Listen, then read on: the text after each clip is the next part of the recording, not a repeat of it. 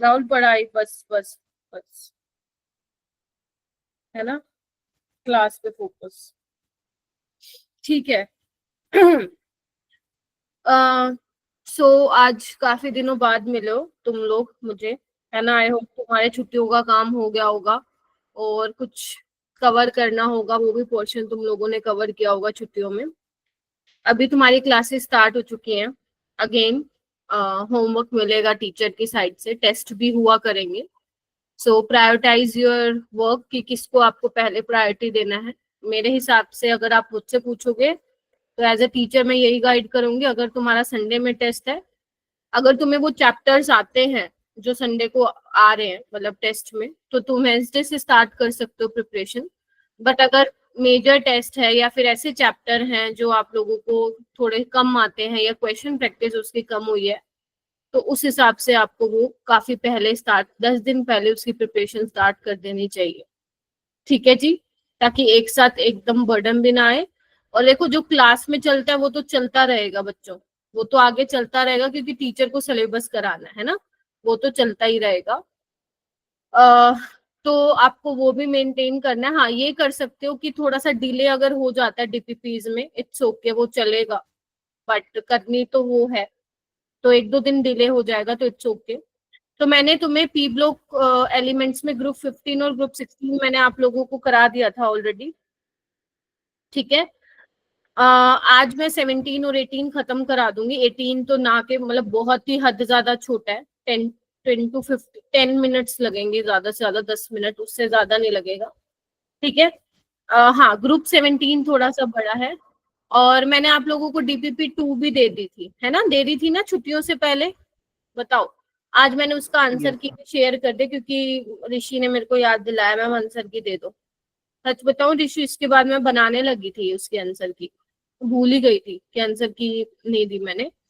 तो DPP 2 का answer की भी आ गया है। और एक और DPP मिलेगी आज, लास्ट DPP पी ब्लॉक के लिए। तो मैं पहले ही बता देती हूँ, जो लास्ट DPP तुम्हें 3 मिलेगी उसमें तुम्हें कुछ क्वेश्चन तो थोड़े से आसान लगेंगे, but most of the question तुम्हें थोड़े से लग सकते हैं, काफी अच्छे लेवल के लग सकते हैं, थोड़े से डिफिकल्ट लग सकते हैं। तो आप उसको सोच समझ के करिएगा। मैंने जान करके ऐसे क्वेश्चन डाले उसमें ताकि आप दोबारा से एनसीईआरटी को पढ़े। ठीक है जी। तो आज एक DPP और मिलेगी तुम्हें 21-22 क्वेश्चन की, उसको भी आप लोगों को फिर सोल्व करना रहेगा। एंड कल मैं DNF ब्लॉक स्टार्ट कर दूंगी। ठीक है जी, कल हम नया चैप्टर करेंगे, DNF ब्लॉक स्टार्ट करेंगे। आज इसको खत्म करते हैं बेटा करके। ठीक है जी, चलिए गौरव टाइम से आया करो। आई होप सभी बच्चे आ गए हैं। कृष्णा रह गया ना, कृष्णा आ गया, कृष्णा, ये कृष्णा भी ना बहुत देर करता है। अब तो तुम लोगों का नेटवर्क इश्यू नहीं होता ना।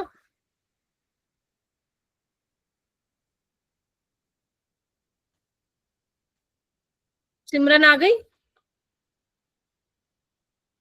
सिमरन। ये ठीक है बच्चों, तो स्टार्ट करने से पहले एक बार जो है मैं आप लोगों को रिकॉल करवा देती हूँ कि लास्ट क्लास में हमने क्या किया था, क्योंकि एक हफ्ते पहले क्लास लगी थी तो हो सकता है तुम भूल गए हो। ठीक है, वैसे तुम लोगों को थोड़ा सा पढ़ के आना चाहिए, 20 मिनट का एक रिवीजन तो बनता है ना थोड़ा सा, क्योंकि याद करने वाला चैप्टर है मेरा बेटा। तो आप लोगों को मैं ग्रुप 16 करा रही थी, याद है।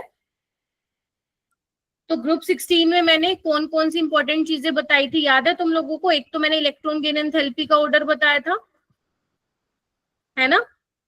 तो इलेक्ट्रॉन गेन एंथैल्पी में सबसे पहले कौन था, किसकी नेगेटिव इलेक्ट्रॉन गेन एंथैल्पी। देखो अगर मैं मैग्नीट्यूड वाइज चलूं तो सबसे ज्यादा किसकी थी, सल्फर की, फिर सिलेनियम, टेलोरियम, पोलोनियम, और लास्ट में किसकी थी, ऑक्सीजन। क्लियर है। बट अगर मान लो उसने सिर्फ उसमें लिखा हुआ है पेपर में इलेक्ट्रॉन गेन एंथैल्पी का ऑर्डर बता दो, तो आपको जो नेगेटिव में सबसे ज्यादा होगा वो एक्चुअली में क्या होगा, सबसे छोटा होगा। तो फिर आपको उसके हिसाब से चलना। क्या ये मैंने डिस्कस कर लिया था तुम लोगों के साथ। तो जब मैं कोई चीज बेटा वर्बली बता देती हूँ ना, तुम लोगों को उसको लिखना चाहिए कहीं पे स्टार मार्क करके कि मैम ने कहा था 2 तरीके से सवाल पूछा जा सकता है। अगर वो बोलता है नेगेटिव इलेक्ट्रॉन गेन एंथैल्पी या magnitude wise, then the order यही रहेगा जो मैंने तुम्हारे स्क्रीन पे लिखा है। बट अगर वो सिंपल इलेक्ट्रॉन गेन एंथैल्पी लिखता है तो आपको मैथ्स के अकॉर्डिंग आंसर देना, मतलब जो सबसे ज्यादा नेगेटिव में होगा वो सबसे ज्यादा छोटा होगा, ठीक है, सबसे छोटा होगा। क्लियर है? ठीक है। उसके अलावा हमने हाइड्राइड्स डिस्कस किए थे, आदर्श भी आ गया है। हाइड्राइड्स डिस्कस किए थे, कौन कौन से थे? वाटर, वाटर था, है ना, सल्फर का था H2S, सिलेनियम था, टेलेरियम था, और पोलोनियम की जनरली हम बात नहीं कर रहे थे। इसमें हमने क्या क्या चीजें देखी थी मेरा बेटा? एक तो एसिडिक करेक्टर देखा था, है ना, एसिडिक करेक्टर का ये ऑर्डर था। गौरव, उसके अलावा क्या देखा था? हाँ, उसके अलावा क्या देखा था? सोना नहीं है, सो जाते हो तुम लोग क्लास में आके। बॉन्ड एंगल का ऑर्डर देखा था, तो बॉन्ड एंगल का ऑर्डर क्या है? बोलो बोलो बोलो, मुंह से बोलो। मैम ऑक्सीजन का H2 का सबसे ज्यादा है मैम। वेरी गुड, H2O का सबसे ज्यादा था, फिर सल्फर का, सेलेनियम और लास्ट में टेलेरियम। ठीक है बेटा, एक्टिव हो जाओ। उसके अलावा मैंने तुम लोगों को क्या बताया था? किसका मेल्टिंग पॉइंट और बॉइलिंग पॉइंट का ऑर्डर बताया था। वो दोनों का सेम था, दोनों में क्या था? H2 सबसे पहले था, हाइड्रोजन बॉन्डिंग कंसिडर की थी, फिर उसके बाद वंडरवॉल फोर्सेस, और लास्ट में किसका आ रहा था मेरा बेटा? सल्फर का आ रहा था। बोलो क्या कहते हो? ठीक है। उसके अलावा और हमने क्या किया था, याद करो। सल्फर के ऑक्सो किए थे। बोलो बोलो, कोई कुछ कह रहा है? कोई कुछ कह रहा है मेरा बेटा? सल्फर के ऑक्सो एसिड्स भी किए थे, याद है तुम्हें? H2S2O8 मार्शलस एसिड, पर ऑक्सो लिंकेज होता था इसमें। H2SO5 मार्शलस एसिड, है ना, पर ऑक्सो मोनोडाइसल्फ्यूरिक एसिड, तो इसमें भी परऑक्सी लिंकेज होती थी।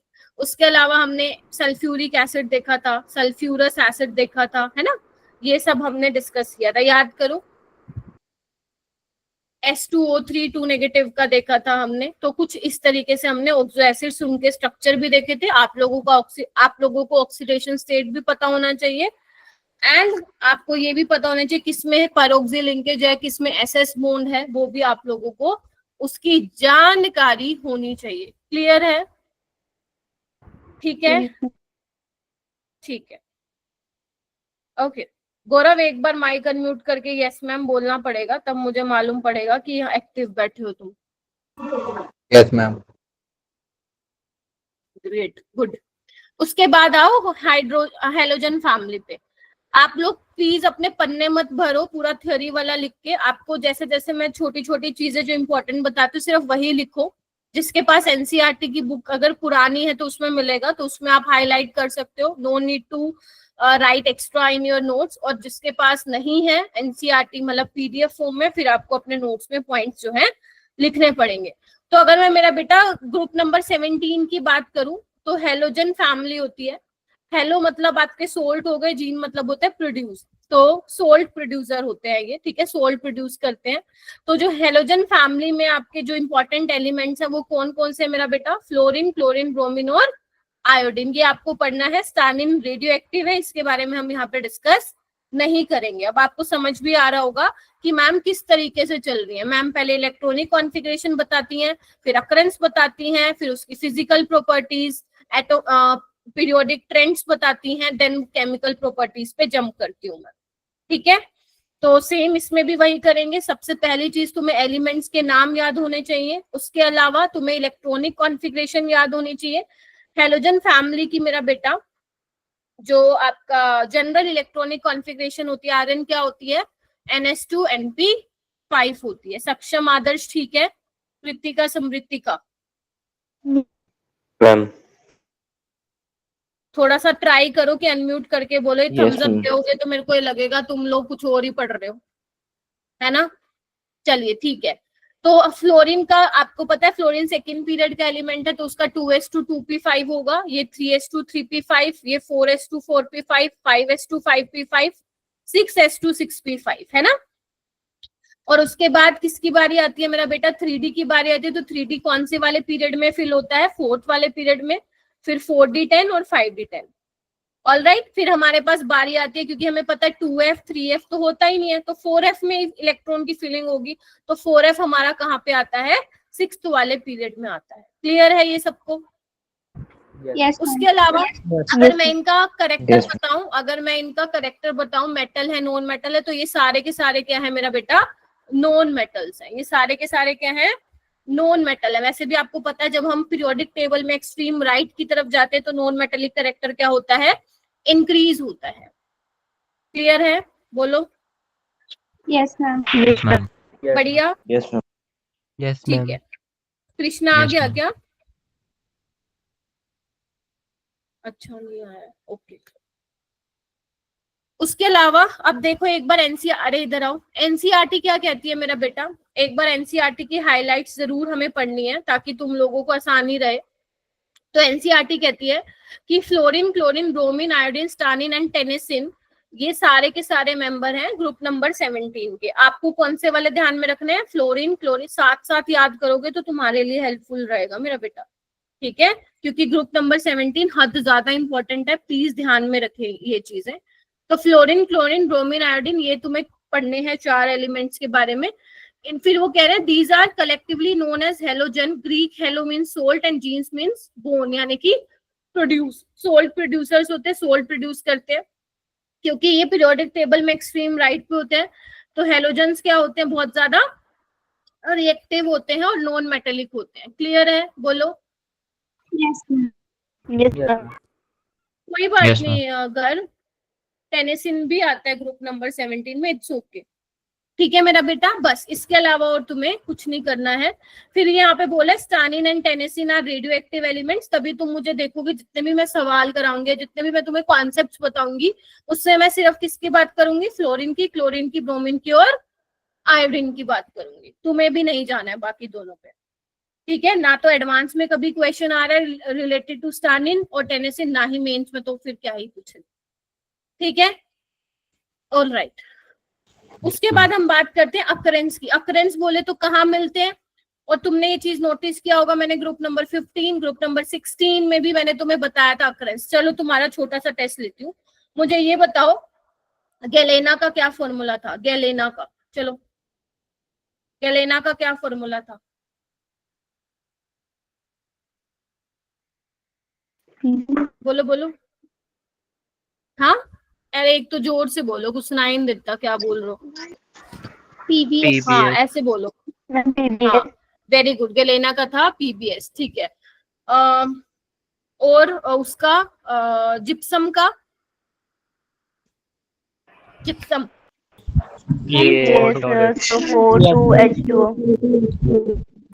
हाँ, और एप्सम का,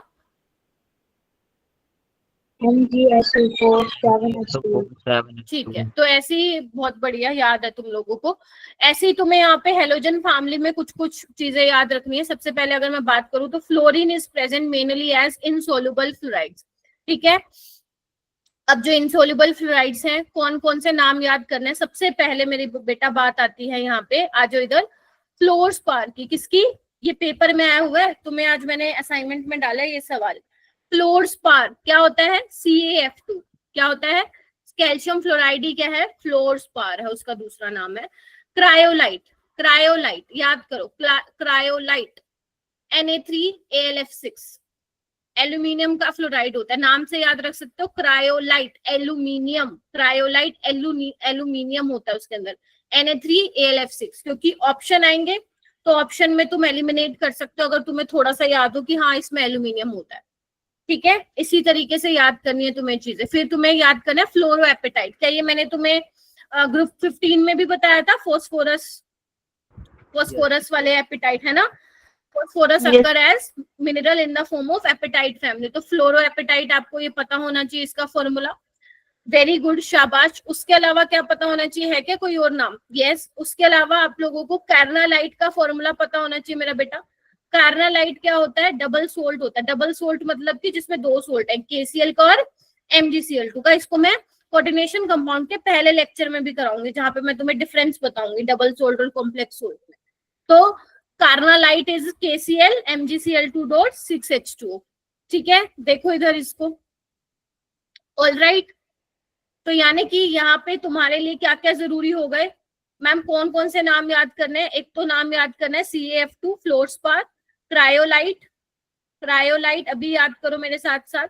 उसके अलावा फ्लोरोएपेटाइट, उसके अलावा कार्नालाइट। ऐसे लिख भी सकते हो तुम रफ नोटबुक में। जब आप लिखते हो तो याद चीजें जल्दी होती है मेरा बेटा। क्लियर है? ये आप लोगों को पता होने चाहिए। पेपर में आ चुका है, दूसरी बार भी आ सकता है।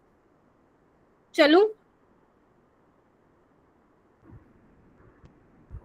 उसके बाद यहाँ पे लिखो मोस्ट इंपोर्टेंट टेबल। अब आप टेबल तो नहीं बनाओगे, ऑब्वियस सी बात है। अगर आप फेयर में नोट्स बना रहे हो तो आप टेबल नहीं बनाओगे। तो आपको क्या लिखना है कि मैम ने यहाँ पे एनसीईआरटी इंपॉर्टेंट टेबल का डेटा कुछ बताया है, जिसमें हमें क्या क्या चीजें ध्यान रखनी है।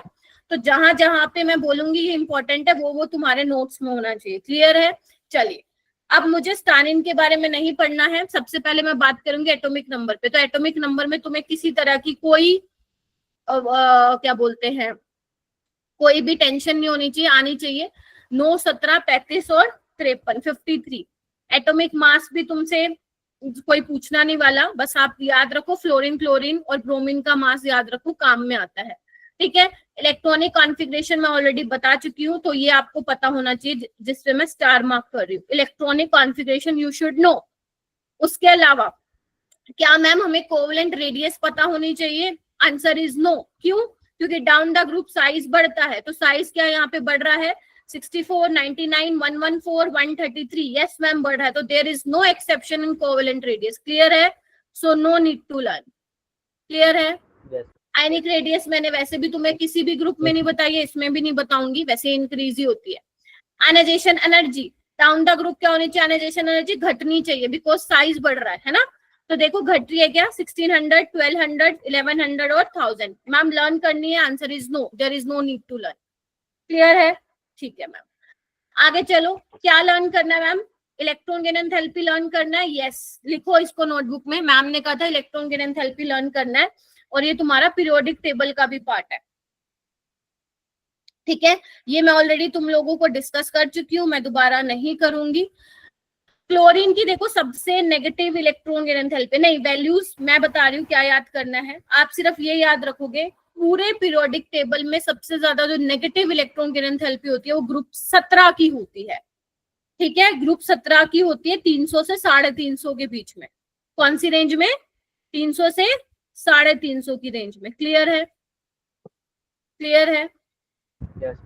और अगर मैं बात करूं पूरे पीरियोडिक टेबल में सबसे ज्यादा किसकी होती है, वो एलिमेंट कौन सा है? तो your answer would be chlorine. Chlorine की सबसे ज्यादा नेगेटिव इलेक्ट्रॉन गेन एंथैल्पी होती है। रीजन मैं ऑलरेडी बता चुकी हूँ, 3p ऑर्बिटल है, साइज बड़ा है, इलेक्ट्रॉन इजिली अकोमोडेट कर पाएगा। ठीक है, फिर फ्लोरीन की होगी, फिर आपके पास ब्रोमीन और आयोडीन। मैं फिर बोल रही हूँ, अगर एग्जामिनर लिखता है मैग्नीट्यूड वाइज बताओ, ऑर्डर ये रहेगा। एग्जामिनर बोलता है नेगेटिव साइन के साथ कंसिडर करके बताओ, मतलब नेगेटिव इलेक्ट्रॉन गेन एंथैल्पी किसकी ज्यादा होगी, ऑर्डर यही रहेगा। अगर वो सिंपल लिख रहा है इलेक्ट्रॉन गेन एंथैल्पी, तो तुम्हें मैथ्स के अकॉर्डिंग चलना पड़ेगा।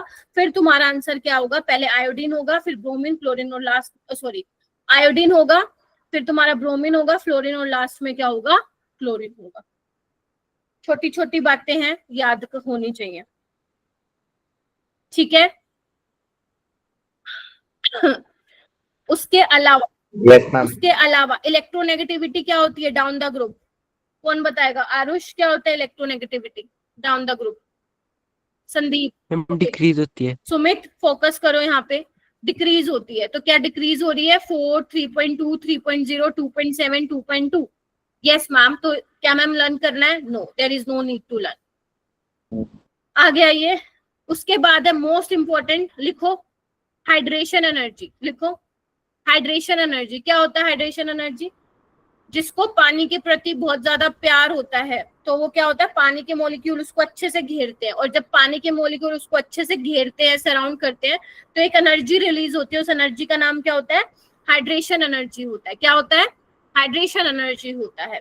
और तुम्हें पता है कि हाइड्रेशन एनर्जी किसके डायरेक्ट इनवर्सली प्रोपोर्शन होती है, साइज के। मैंने तुम्हें कहाँ बताया था, इलेक्ट्रोकेमिस्ट्री में। बोल मत देना कि मैम नहीं बताया। जितना साइज छोटा होगा हाइड्रेशन एंथैल्पी उतना ज्यादा होगा, मतलब ज्यादा एनर्जी क्या करेगी, वो रिलीज करेगी। क्लियर है? बोलो। देखो इधर आओ, यहाँ पे अगर मैं बात करूंगी F नेगेटिव की बात करूंगी, यहाँ पे Cl नेगेटिव की बात करूंगी, Br नेगेटिव, क्योंकि यही तो है, इनके आयंस ही तो क्या करेंगे, अट्रैक्ट करेंगे ना वाटर के मॉलिक्यूल्स को। तो देखो सबसे ज्यादा एनर्जी कहाँ पे रिलीज हो रही है मेरा बेटा, फ्लोरीन के केस में, दिख रहा है, फिर क्लोरीन के केस में, फिर ब्रोमीन और लास्ट में आयोडीन के केस में। यानी कि F नेगेटिव की सबसे ज्यादा हाइड्रेशन एंथैल्पी है। Why? Due to small size of fluorine. बोलो की कहते हो? Yes ma'am. यस ये ब्लू कलर नहीं दिख रहा होगा।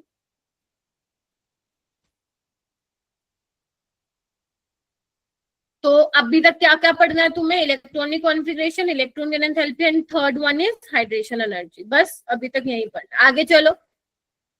उसके बाद मैं बात करती हूँ और ऑर्डर्स की। मेल्टिंग पॉइंट की अगर मैं बात करूं और बॉइलिंग पॉइंट की बात करूं, देखो F2 Cl2 Br2 I2, जैसे जैसे तुम नीचे जा रहे हो मास बढ़ेगा तो आपका देखो मेल्टिंग और बॉइलिंग पॉइंट जो है वो इंक्रीज हो रहा है। कैन यू सी दैट कि नीचे जाते वक्त वो बढ़ रहा है। तो मैम ये हमें क्या लर्न करना है? नहीं, आपको लर्न नहीं करना है। डेंसिटी मैम याद करनी है, नहीं करनी, वो भी मास के साथ बढ़ रही है। तो इसपे तो मैं टिक लगा रही हूँ, बस जिसपे मैं स्टार बना रही हूँ वो याद करना है। उसके बाद मैम ये क्या करना है, बॉन्ड डिसोसिएशन एंथैल्पी, मतलब बॉन्ड को तोड़ने के लिए कितनी एनर्जी चाहिए, ये हमें याद करना है। Yes, this is most important. इस पे तुम 10 स्टार भी लगाओगे तब भी कम है, ठीक है? क्योंकि हम देखो अब इसका ऑर्डर देखो क्या होता है। ध्यान से सुनना मैं जो बोल रही हूँ, बच्चों तुम लोग गलत करते हो और शायद करोगे भी। और ये एक ऐसा क्वेश्चन है, ध्यान से सुन लो, इलेक्ट्रॉन एंथैल्पी का, हाइड्रेशन एनर्जी का और बॉन्ड डिसोसिएशन एनर्जी का, जितने भी अवंती में टेस्ट होंगे, whether it is chapter test, major test, mock test, सब में ये सवाल आता है। क्योंकि ये जेई में पता नहीं कितनी बार पूछ लिया, ठीक है? तो जेई में ऐसे क्वेश्चन काफी बार आए हुए हैं। तो अब देखो तुम मुझे खुद बताओ, एक तुम्हारे पास फ्लोरीन है, FF है बॉन्ड, और एक तुम्हारे पास ClCl है। अब आप लोगों को पता है मेरा बेटा, क्योंकि FF के बीच में डिस्टेंस कम है और इनके पास क्या है, लोन पेयर है, 3 लोन पेयर है, दिख रहा है? तो इनमें क्या होगा, इनमें बीच में क्या होगी, इनके बीच में रिपल्शन होगी। क्या होगी? इंटर इलेक्ट्रॉनिक रिपल्शन होगी। तो यानी कि जो FF का बॉन्ड होगा वो वीक होगा, और जब कोई बॉन्ड वीक होता है तो हमें ज्यादा एनर्जी देनी पड़ती है उसको ब्रेक करने के लिए, कम देनी पड़ती है? कम देनी पड़ती है। तो आप देख रहे हो सबसे ज्यादा जो आपको एनर्जी देनी पड़ेगी वो किस केस में देनी पड़ेगी, क्लोरीन के केस में देनी पड़ेगी, दैट इज 242 समथिंग। आपको वैल्यूज लर्न नहीं करनी है, ठीक है? उसके बाद हमें लगता है कि मैम फ्लोरीन की बारी आएगी, लेकिन ऐसा नहीं है। देखो कौन आ गया रास्ते में, ब्रोमीन भैया जी आ गए। फिर उसके बाद कौन आया है बताओ, उसके बाद आया है फ्लोरीन। यानी कि क्या हो गया यहाँ पे, एक लोचा ये हो गया कि मैम फ्लोरीन का बॉन्ड इतना वीक है कि ब्रोमीन भी उससे आगे निकल गया। क्या कहते हो, क्या यही ऑर्डर है?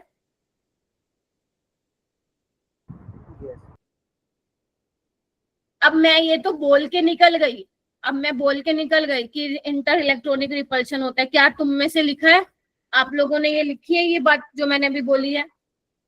यस मैम, लिख ली। Yes ma'am. वेरी गुड, ठीक है। तो फ्लोरीन का बॉन्ड लेंथ कम होने की वजह से इंटर इलेक्ट्रॉनिक रिपल्शन होती है उन लोन पेयर के बीच में।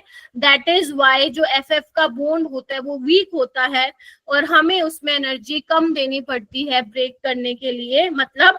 और FF क्या होता है, जल्दी ब्रेक होके किस में कन्वर्ट होना चाहता है, F नेगेटिव में कन्वर्ट होना चाहता है। तो उसको इतनी कम देनी पड़ रही है कि ब्रोमीन भी उससे पहले आ गया। तो सबसे ज्यादा Cl2 में, फिर Br2 में, फिर F2 में, और लास्ट में मेरा बेटा I2 के केस में। जम गई बात? उसके बाद आता है इलेक्ट्रोड पोटेंशियल। देखो जी, तुम खुद बताओ, क्लोरीन जो है इलेक्ट्रोनेगेटिव एलिमेंट है ना?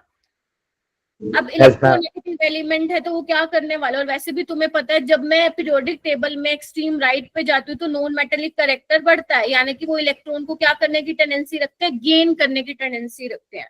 तो मैंने तुम्हें इलेक्ट्रोकेमिस्ट्री में बताया था जब जब रिडक्शन पोटेंशियल ज्यादा होगी मतलब वो खुद को रिड्यूस करने की टेंडेंसी रखेंगे, और वो क्या होंगे, अच्छे ऑक्सीडाइजिंग एजेंट होंगे। फ्लैशबैक में चले जाओ इलेक्ट्रोकेमिस्ट्री के, फ्लैशबैक में चले जाओ, जिसका रिडक्शन पोटेंशियल ज्यादा होगा वो खुद को रिड्यूस करेंगे और वो एक अच्छे ऑक्सीडाइजिंग एजेंट की तरह बिहेव करेंगे।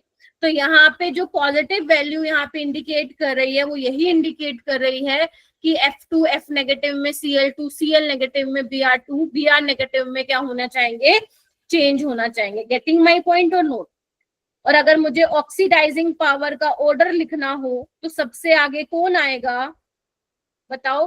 क्लोरीन भैया जी आएंगे, फिर क्लोरीन भैया जी, फिर ब्रोमीन भैया जी, और लास्ट में I2G आएंगे। बोलो।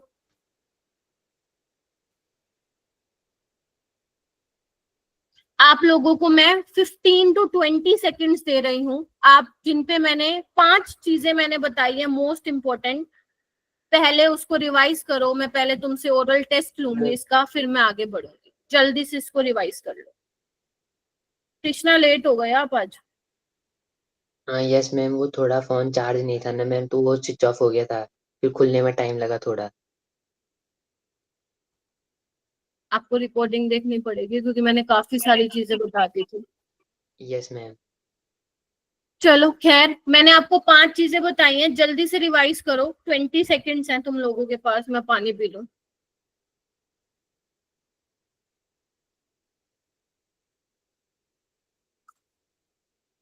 रीजन भी पता होना चाहिए, ऊपर ऊपर से मत रट लेना, आप फंस जाओगे पेपर में।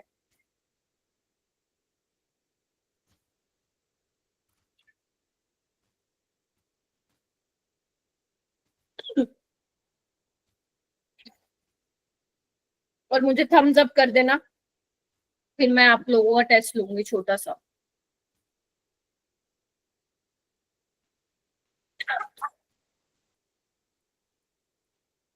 Give me thumbs up.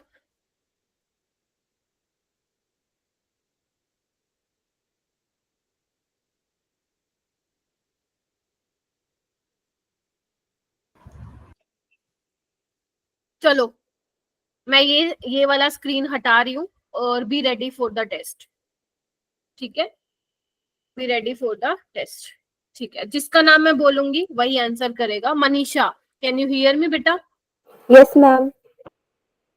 मेरे को ग्रुप 17 में इलेक्ट्रॉन गेन एंथैल्पी का ऑर्डर बताओ, नेगेटिव इलेक्ट्रॉन गेन एंथैल्पी का। मैम पहले क्लोरीन, फिर हाँ उसके बाद फ्लोरीन, फिर हाँ ब्रोमीन, फिर आयोडीन। ठीक है। गौरव आप मुझे बताओ हाइड्रेशन एनर्जी का ऑर्डर, हाइड्रेशन एंथैल्पी का मोस्ट नेगेटिव किसकी होगी? मोस्ट नेगेटिव फ्लोरीन की होगी, फिर क्लोरीन, फिर ब्रोमीन, फिर आयोडीन। ठीक है, F negative, Cl negative, very good. Adarsh आप मुझे बताओगे ऑक्सीडाइजिंग पावर का ऑर्डर बताओ ग्रुप नंबर 17 में। मैम फ्लोरीन, क्लोरीन, ब्रोमीन और आयोडीन। फ्लोरीन की सबसे ज्यादा। F2Cl2 Br2 out I2। ठीक है, ओके। हर्षित आप मुझे बताओगे बॉन्ड डिसोसिएशन एंथैल्पी का ऑर्डर। हर्षित। मैम सबसे पहले आएगा हमारा क्लोरीन, हम्म फिर उसके बाद ब्रोमीन, हम्म और उसके बाद फ्लोरीन और फिर आयोडीन। Very good. हो गया लर्न सबको? ठीक है, चलिए बहुत ही बढ़िया। जिससे नहीं पूछा वो आ जाएगी बारी अभी आप लोगों की धीरे धीरे। ये एनसीईआरटी कहती है मेरा बेटा, ये एनसीईआरटी कहती है। तो नैतिक मुझे बताएगा क्या ये ठीक लिखा हुआ है? नैतिक एक बार पढ़ के बताओ इसको मेरे को, मतलब मन में ही पढ़ना, और मुझे बताओ क्या ये ठीक है। बाकी सारे भी पढ़ेंगे।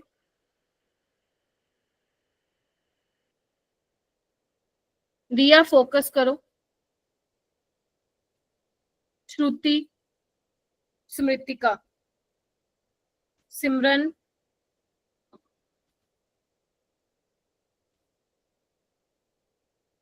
कंफर्म कीजिए।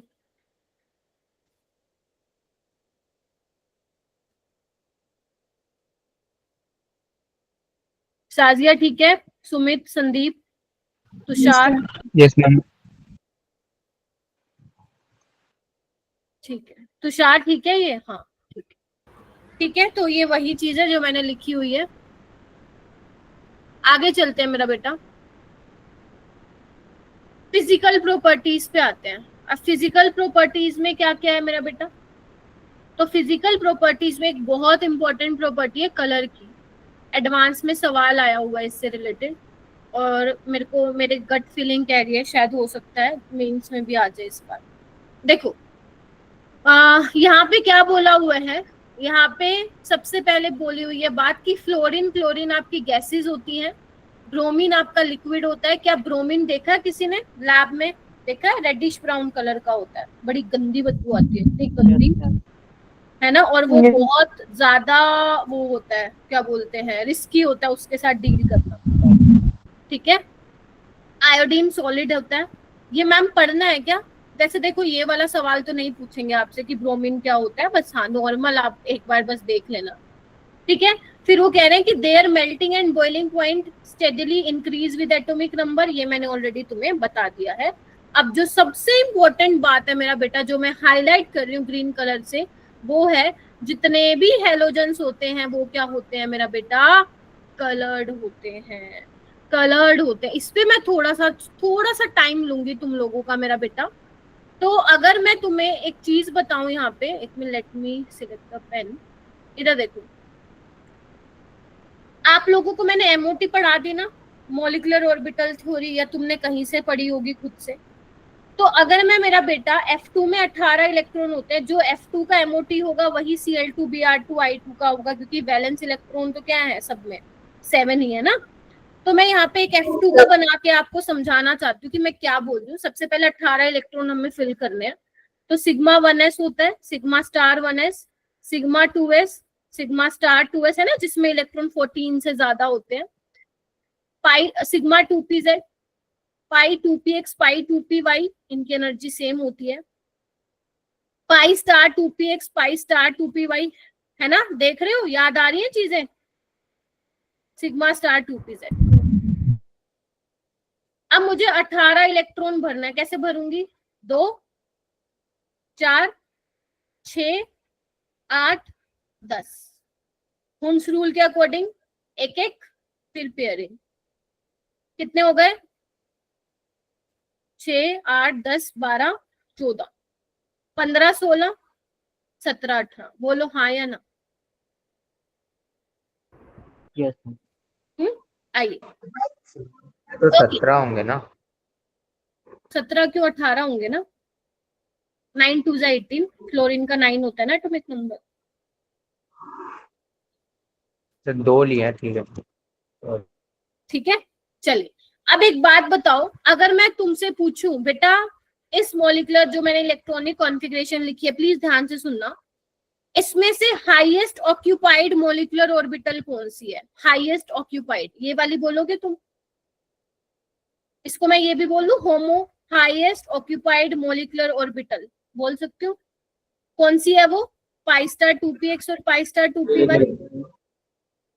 और अगर मैं तुमसे पूछूं बेटा लोवेस्ट अनऑक्यूपाइड मॉलिक्यूलर ऑर्बिटल कौन सी है? लोवेस्ट अनऑक्यूपाइड, यही है एक अनऑक्यूपाइड। तो ये, इसको मैं लिख दूं LUMO, बोलो, लिख दूं क्या? नाम भूल जाओगे। हाईएस्ट, हाँ बोलो, किसी ने हैंड रेज किया है, बोलो। ये हाईएस्ट कैसे है, मतलब हाईएस्ट ऑक्यूपाइड कैसे है ये? हाईएस्ट ऑक्यूपाइड मतलब हाईएस्ट एनर्जी वाला कौन सा ऑक्यूपाइड है बेटा? यही है ना। ठीक है। और लोवेस्ट अनऑक्यूपाइड कौन सा है? सिर्फ एक ही अनऑक्यूपाइड है, जिसका नाम है सिग्मा स्टार 2pz। ठीक है, तो लिख लो इसको, मॉलिक्यूलर ऑर्बिटल, और ये हो जाएगा लोवेस्ट अनऑक्यूपाइड, आपको मतलब पता होने चाहिए। सिमरन समझ में आ रहा है? Yes ma'am. ठीक, देख तुम्हें याद करो, मैंने एटॉमिक स्ट्रक्चर में थोड़ा सा बताया था, याद है हम लोग Bohr model of hydrogen spectrum बोल रहे थे, है ना? आप पढ़ते थे Lyman series, Barmer series, Paschen series. तो क्या करते थे हम? कहते थे इलेक्ट्रॉन जिस ऑर्बिट में है वहां पे एनर्जी एब्जॉर्ब करता है, फिर हायर लेवल में जाता है, फिर वापस से आता है तो रेडिएशन एमिट करता है, यही बोलते हैं ना। तो यहाँ पे भी यही है। कलर कब शो होता है बेटा? कलर कब शो होता है? अगर तुमने पहले नहीं सुना तो सुन लो। जब आपका इलेक्ट्रॉन लोअर एनर्जी एब्जॉर्ब करेगा किसी पर्टिकुलर वेवलेंथ की, और जब वो एब्जॉर्ब करके हायर लेवल पे जाएगा, आपको पता है हायर एनर्जी स्टेट जो होती है स्टेबल नहीं होती, वापस आएगा, और जब वो वापस आएगा तो वो किसी पर्टिकुलर रीजन में रेडिएशन एमिट करेगा, तो उसके करस्पॉन्डिंग क्या आएगा? उसका कलर आएगा। गेटिंग माय पॉइंट और नॉट? तो इसी वजह से जो F2 है, देखो येलो कलर का, Cl2 greenish yellow gas, Br2 red colour का होता है, बताया ना मैं, रेडिश ब्राउन होता है, और I2 होता है वॉयलेट कलर। तो कलर किस वजह से आ रहा है? इलेक्ट्रॉन की ट्रांजिशन हो रही है लोअर एनर्जी से हायर एनर्जी। क्या मैं बोल सकती हूँ होमो से ल्यूमो? बोलो। या मैं बोल सकती हूँ पाई स्टार से सिग्मा स्टार? ट्रांजिशन होगा, जब वापस आएगा फिर कलर शो करेगा। यस और नो? Yes ma'am. इतना क्लियर है? आ जाओ। अब एक बात बताओ, मेरे पास F2 है, थोड़ा सा मैं बता रही हूँ एक्स्ट्रा, थोड़ा सा हो सकता है तुम्हें हल्का सा डिफिकल्ट लगे, बट समझो इसको, इम्पोर्टेंट है। अगर मेरा बेटा मैं नीचे जाती जा रही हूँ तो मेरा साइज क्या हो रहा है? इंक्रीज, हाँ या ना?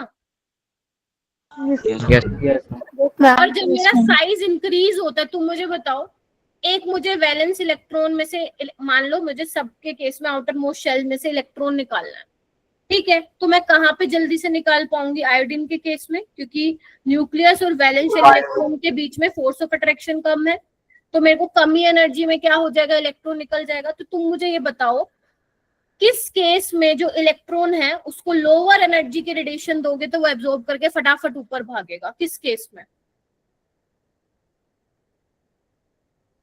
Lower energy. दोबारा आई एम सेइंग अगेन, जैसे जैसे आप पहले सुन लेना, नीचे आते जा रहे हो, साइज बढ़ रहा है, force of attraction between nucleus and valence shell electron decrease, तो आउटर मोस्ट शेल इलेक्ट्रॉन जो है टाइटली बाउंड तो है नहीं, थोड़ी सी एनर्जी दोगे निकल जाएगा बाहर, हाँ या ना? Yes ma'am. नहीं निकलेगा क्या? बता दो, नहीं निकलेगा तो हाँ मैम निकल जाएगा। तो आप मुझे बताओ, किस केस में जो है जो इलेक्ट्रॉन है वो कम एनर्जी की ही रेडिएशन एब्जॉर्ब करके पाई स्टार से सिग्मा स्टार में जा सकता है? क्लोरीन के केस में, क्लोरीन के केस में, ब्रोमीन या आयोडीन के केस में? आयोडीन। Ma'am iodine. पहले तो सारे कंफर्म कर लो। आयोडीन के केस में, आयोडीन के केस में। और कौन से वेवलेंथ, कौन सी ज्यादा वेवलेंथ की रेडिएशन एब्जॉर्ब करेगा? कौन सा करेगा? I2 करेगा, बिकॉज अगर कम एनर्जी की रेडिएशन एब्जॉर्ब कर रहा है तो उसकी वेवलेंथ क्या होगी? ज्यादा। क्लियर है? बोलो। इसीलिए जो I2 है वो वॉयलेट कलर एब्जॉर्ब कर रहा है, और fluorine yellow, I2 violet colour का है और फ्लोरीन क्या है आपका? येलो कलर का है। दिख रहा है आप लोगों को?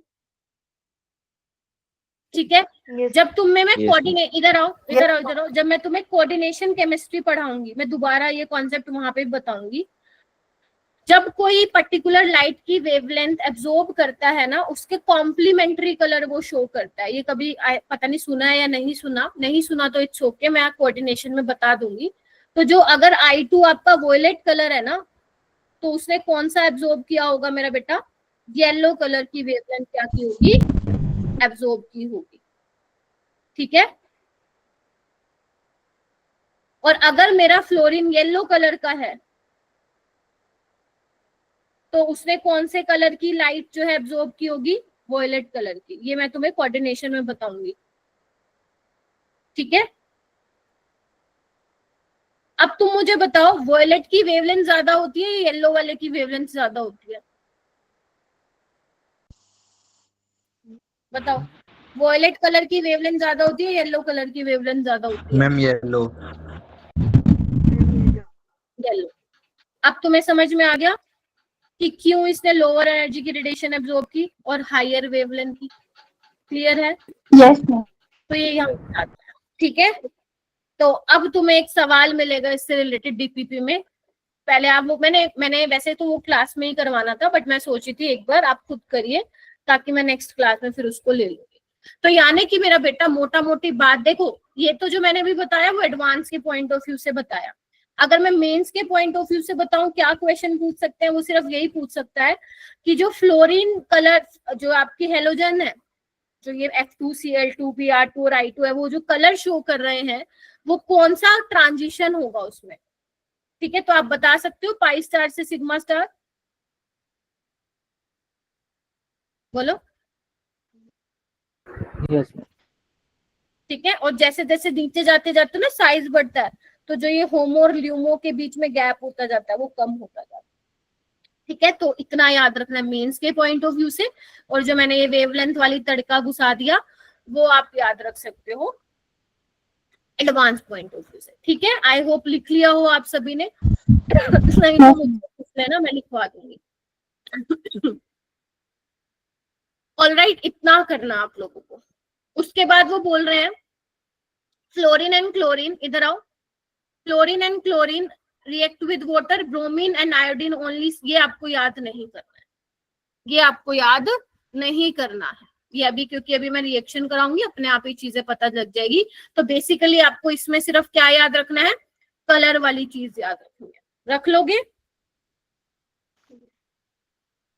Yes ma'am. वॉइस ब्रेक सबके लिए हो रही है क्या, या गर्व के लिए हो रही है? नो मैम, नहीं हो रही। ठीक है, चलिए इसको मैं हटा रही हूँ बेटा। आप दोबारा भी पूछ सकते हैं मेरे से, कोई दिक्कत वाली बात नहीं है। उसके बाद हम बात करेंगे ऑक्सीडेशन स्टेट की। तो ऑक्सीडेशन स्टेट की भाई क्या बात करेंगे, आ जाओ। क्योंकि ये इलेक्ट्रोनेगेटिव एलिमेंट्स हैं पीरियोडिक टेबल में, तो ये क्योंकि सबको क्या है, एक एक इलेक्ट्रॉन की कमी है ना। NS2 NP5 इनकी जनरल इलेक्ट्रॉनिक कॉन्फ़िगरेशन है ना। आर्यन, समीर, बोलो है कि नहीं है? है मैम। Yes ma'am. तो इनको एक एक इलेक्ट्रॉन की जरूरत है, तो जितने भी हेलोजन है वो -1 ऑक्सीडेशन स्टेट तो शो करेंगे ही करेंगे।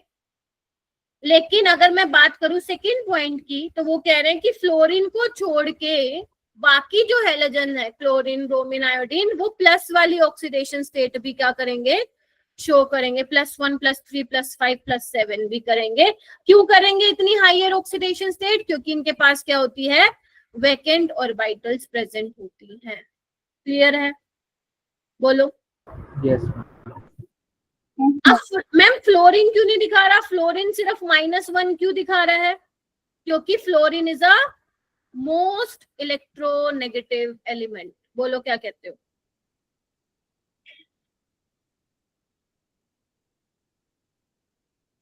ठीक है, इसलिए -1 की ऑक्सीडेशन स्टेट एग्जिबिट करता है। उसके बाद सी वाला क्या कह रहा है? वो कह रहा है कि ये जो है फ्लोरीन को छोड़ के जो बाकी हेलोजन है वो +4 और +6 ऑक्सीडेशन स्टेट दिखाते हैं ऑक्साइड्स में और ऑक्सी एसिड्स में। अभी मैं तुम्हें इसके ऑक्सी एसिड्स और ऑक्साइड्स दिखाऊंगी, फिर वहां पे आप देखोगे कि ये +4 और +6 ऑक्सीडेशन स्टेट में भी मिल रहे हैं। क्लियर है? चलिए, ओके, इतना आई होप क्लियर हुआ हो। कोई ऐसी चीज अभी मेरे को तो नहीं पता कि मैंने कोई चीज रटवाई हो। हाँ, अकरेंस में आप लोगों को थोड़ा सा बेटा याद रखना पड़ेगा, क्रायोलाइट वगैरह ये सब का, बाकी समझ के करना।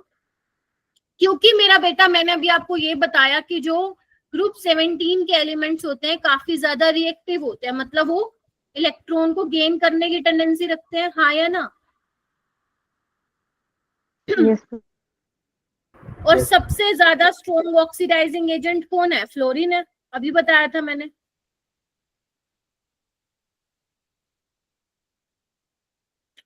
तो एनसीईआरटी क्या कहती है कि the ready acceptance of an electron is the reason for the strong oxidising nature of halogen which we have already discussed. F2 is the strongest oxidizing halogen and it oxidizes other halide ions in solution or even in the solid phase. मतलब अगर तुम मान लो F2 के साथ Cl negative ले आते हो, Br negative ले आते हो या I नेगेटिव ले आते हो, तो भाई साहब ये किसी को नहीं छोड़ेगा। क्यों नहीं छोड़ेगा? क्योंकि फ्लोरीन मोस्ट क्या है, सबसे ज्यादा स्ट्रॉन्ग ऑक्सीडाइजिंग एजेंट है, मतलब दूसरों को ऑक्सीडाइज कर देगा और खुद को क्या कर देगा, रिड्यूस कर देगा। तो खुद तो ये चेंज हो जाएगा F नेगेटिव में, और अगर इसके रास्ते में Cl नेगेटिव आएगा तो भाई साहब Cl2 बना देगा, उसको ऑक्सीडाइज कर देगा। Br नेगेटिव रास्ते में आया तो Br2 बना देगा, और I नेगेटिव इसके रास्ते में आया तो क्या बना देगा, I2 बना देगा। और अगर मैं क्लोरीन की बात करूं तो इसकी इतनी हिम्मत तो है नहीं कि फ्लोरीन को कर दे चेंज F2 में, तो क्लोरीन किसको कर पाएगा, ब्रोमीन को कर पाएगा Br2 में चेंज, और आयोडाइड को कर पाएगा I2 में चेंज। बोलो क्या कहते हो?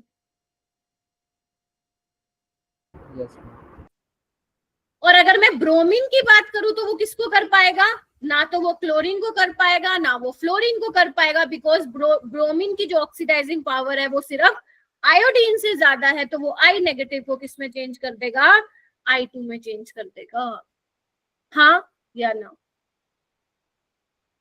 यस बेटा कुछ बच्चों का नेटवर्क रटने वाली चीज तो नहीं है प्रिंस? बताओ। नहीं मैम। दोनों प्रिंस। नो सक्षम? Yes ma'am. ठीक है, यस मैम। चलिए चलो, तो ये किस पे बेस था, इनके ऑक्सीडाइजिंग बिहेवियर पे। आगे बढ़ते हैं। अब क्योंकि मेरा बेटा इनकी ऑक्सीडाइजिंग पावर बहुत ज्यादा है, तो इन ये वाटर के साथ भी रिएक्ट करेंगे, यस और नो? हाँ या ना? तो यहाँ पे देखो, पहले मैं आपको सिखा देती हूँ, फिर जो एनसीईआरटी बोलती है लाइन वो आप कर भी सकते हो खुद से। देखो, अगर मैं फ्लोरीन की बात करूं, आपको बैलेंसिंग नहीं करनी, आपसे बैलेंसिंग कोई भी नहीं करवा रहा है इसमें।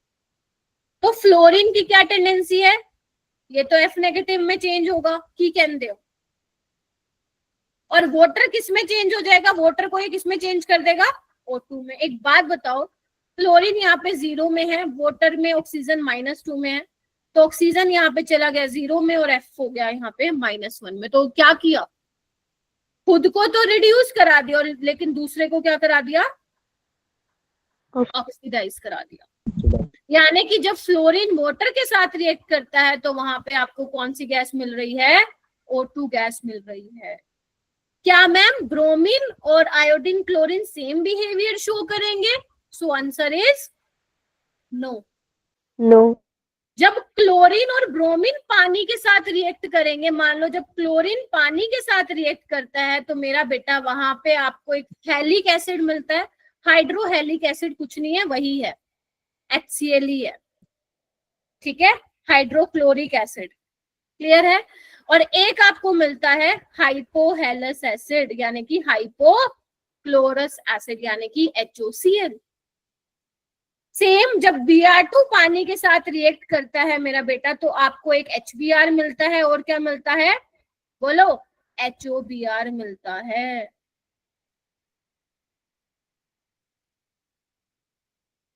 हाँ या ना?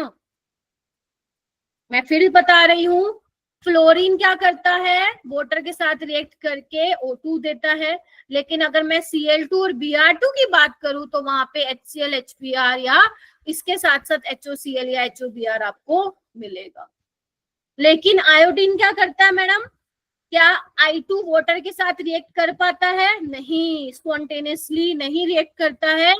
I2 वाटर के साथ जो रिएक्शन होती है वो कैसी होती है, नॉन स्पॉन्टेनियस होती है, नॉन स्पॉन्टेनियस होती है। तो मैम कौन सी रिएक्शन होती है, तो मैं आपको बता देती हूँ, जो HI होता है मेरा बेटा वो स्ट्रॉन्ग रिड्यूसिंग एजेंट होता है। क्या होता है, स्ट्रॉन्ग रिड्यूसिंग एजेंट। इसका मतलब क्या हुआ, जो दूसरों को रिड्यूस करेगा और खुद को क्या करेगा, ऑक्सीडाइज करेगा। तो I नेगेटिव खुद तो क्या हो जाता है मेरा बेटा, ऑक्सीडाइज हो जाता है, -1 से 0 में चला जाता है, और O2 को क्या कर देता है, रिड्यूस कर देता है, और वाटर में क्या कर देता है, चेंज कर देता है। ये रिएक्शन बहुत इंपॉर्टेंट है, मैं तुम्हें डी एंड एफ फ्लो में भी बताऊंगी। तो समझ में आया मैंने क्या बता दिया? फ्लोरीन जब वाटर के साथ रिएक्ट करेगा, ठीक है, वॉलेंटली रिएक्ट करता है बिकॉज काफी ज्यादा रिएक्टिव है ना। और हम, अगर आपने सुना होगा, ऑर्गेनिक में हम ज्यादा फ्लोरीन की रिएक्शन से डील भी नहीं करते हैं, ज्यादातर हम क्लोरीन और ब्रोमीन की रिएक्शंस पढ़ते हैं। ठीक है मेरा बेटा? तो फ्लोरीन के साथ रिएक्ट किया पानी तो F negative O2, chlorine bromine के साथ किया तो HX और HOX मिलेगा। उसके अलावा I नेगेटिव I2 वाटर के साथ रिएक्ट नहीं करेगा, स्पॉन्टेनियस रिएक्शन होता है, जबकि क्या हो जाएगा, उल्टा ही हो जाएगा। I नेगेटिव जो है कन्वर्ट हो जाएगा I2 में और O2 कन्वर्ट हो जाएगा किसमें मेरा बेटा, H2 में। रीजन इज कि HI क्या है, स्ट्रॉन्ग रिड्यूसिंग एजेंट है, तो वो अपने आप को ऑक्सीडाइज करेगा और दूसरों को क्या करेगा, रिड्यूस करेगा। क्लियर है? देखो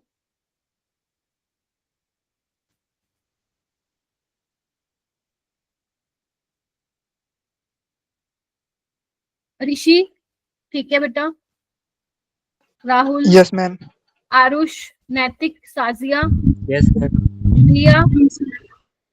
रिया, ट्राई टू अनम्यूट योरसेल्फ। हाँ,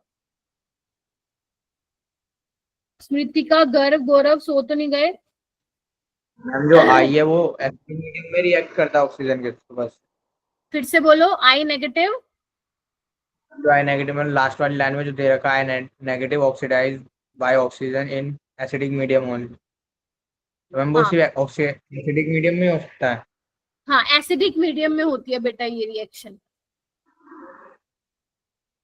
ठीक है? और किसी मीडियम में नहीं, एसिडिक मीडियम में होता है। जब भी आप मेरा बेटा रिएक्शन से आप पढ़ते हो ना इनऑर्गेनिक में, तो मीडियम आप कौन सा ले रहे हो ये बहुत मैटर करता है। ठीक है, जैसे याद करो, जब मैं तुम्हें वो सूडो फर्स्ट ऑर्डर रिएक्शन करा रही थी तो मैं तुम्हें क्या बोलती थी, एसिडिक मीडियम में हाइड्रोलिसिस करानी है। Getting my point? तो मीडियम बहुत मैटर करता है जब आप रिएक्शंस करवा रहे होते हो। तो कौन से मीडियम में करवा रहे हो, क्योंकि जिस मीडियम में आप करवाते हो वहां पे आप देखते हो कि रिएक्टेंट से जब आप रिएक्ट करवा रहे हो तो कौन सा प्रोडक्ट मिलेगा। अगर आप मीडियम चेंज कर देते हो तो प्रोडक्ट भी चेंज होता है किन्हीं रिएक्शंस में। ऑलराइट, तो ये एसिडिक मीडियम में है, प्लीज ध्यान रखिएगा। वैसे पूछेगा तो नहीं, बट स्टिल आप लोग ध्यान रख सकते हो। ठीक है, चलिए आइए। तो मीडियम इज वेरी इंपॉर्टेंट।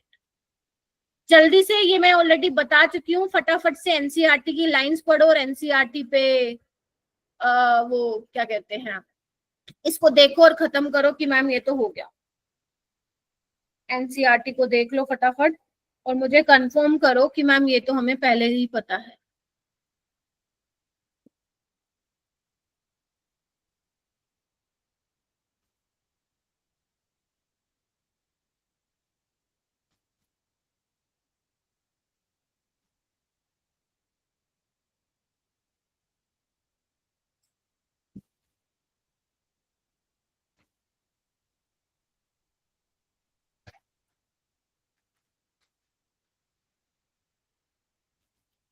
और डेली डेली तुम्हारा ना 5-5 नंबर का ओरल टेस्ट लूंगी, ताकि जिन बच्चों को ये चैप्टर थोड़ा सा लगता है ना कि मैम बड़ा ही बहुत चीजें हैं ध्यान रखने की, ताकि वो याद भी हो जाए। तो ठीक है,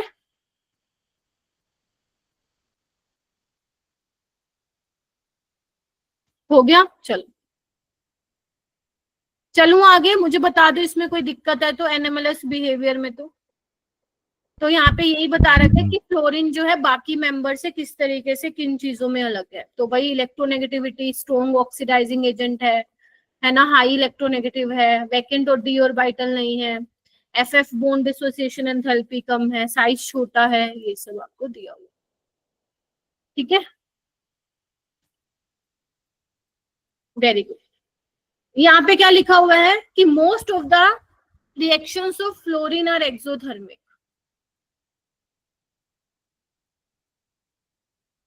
क्यों है एक्सोथर्मिक रिएक्शन? फ्लोरीन की बहुत ज्यादा रिएक्टिव है ना, बहुत ज्यादा रिएक्टिव है। ठीक है, क्या है, क्यों है रिएक्टिव? एक तो बॉन्ड डिसोसिएशन एंथैल्पी इसकी कम है ना, बोलो। और क्या है, साइज में छोटा है फ्लोरीन, ठीक है, और दूसरे एलिमेंट्स के साथ स्ट्रॉन्ग बॉन्ड बनाता है, तो काफी ज्यादा जो हाई अमाउंट ऑफ हीट क्या होती है, रिलीज होती है। एक इंपॉर्टेंट पॉइंट है, it forms only one oxo acid. अभी मैं इंपॉर्टेंट पॉइंट्स में लिखवाऊंगी। सिर्फ फ्लोरीन जो है एक टाइप का ऑक्सो एसिड बनाता है। ऑक्सो एसिड का मतलब क्या होता है, जिसमें ऑक्सीजन भी और हाइड्रोजन भी, और इनके दोनों के अलावा एक तीसरा कोई अलग सा एलिमेंट भी हो, तो HOF एक ऑक्सो एसिड बनाता है। लेकिन अगर मैं बाकी हेलोजेंस की बात करूं तो वो काफी नंबर ऑफ ऑक्सो एसिड्स बनाते हैं। जैसे क्लोरीन देखो कितने सारे बनाता है, HClO4, HClO3, HClO2, है ना।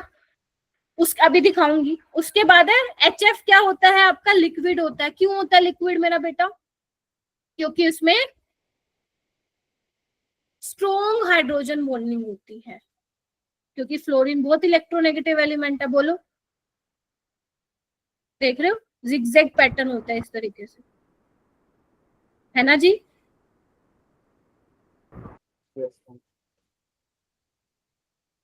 Hydrogen bond is formed in HF due to small size and high electronegativity of fluorine. बाकी जो दूसरे हाइड्रोजन हैलाइड्स है which have bigger in size और लेस इलेक्ट्रोनेगेटिव, वो क्या है, गैसेस है। मतलब HF, HCl, HBr और HI ये लिक्विड है, और बाकी सारे क्या है मेरा बेटा,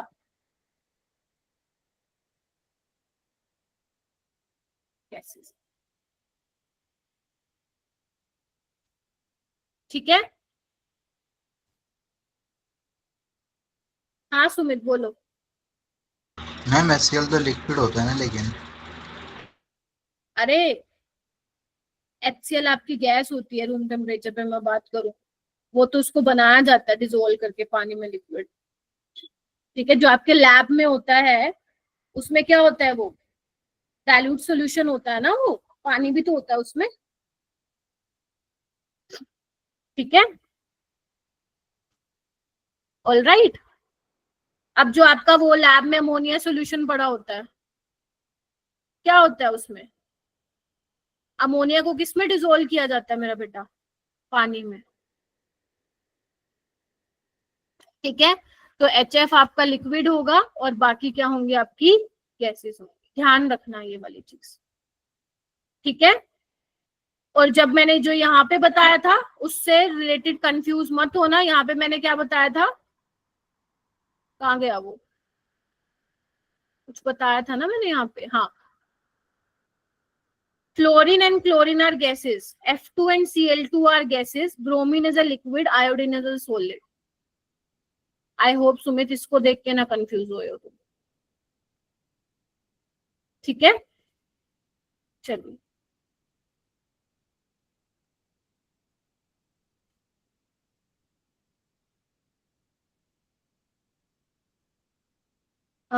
ठीक है, पहला सवाल है, the halide which does not give a precipitate.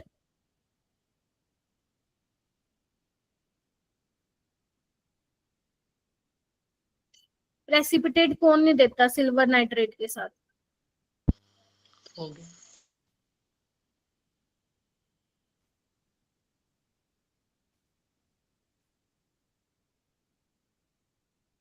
बताओ।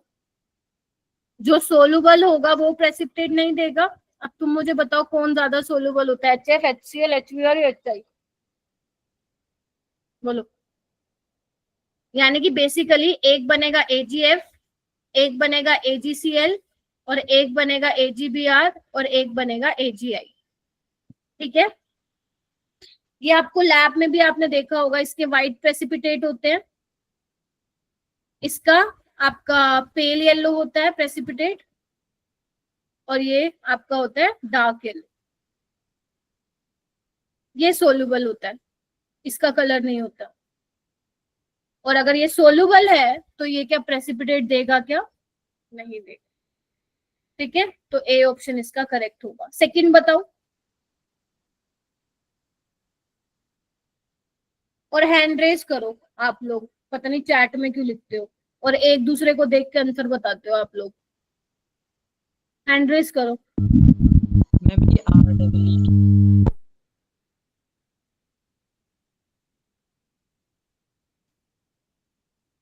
मोर देन वन करेक्ट है इसमें, नीचे वाले में।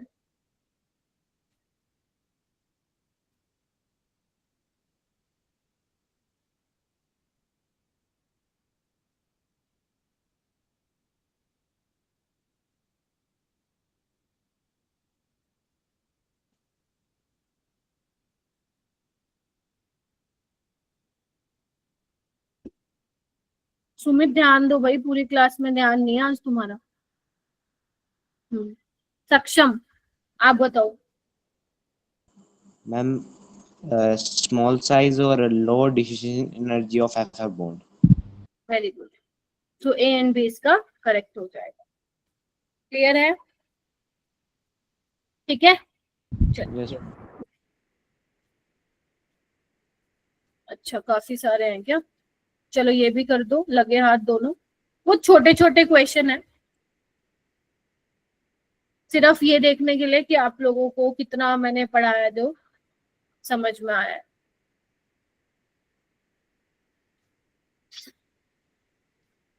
दोनों कर लो, दोनों।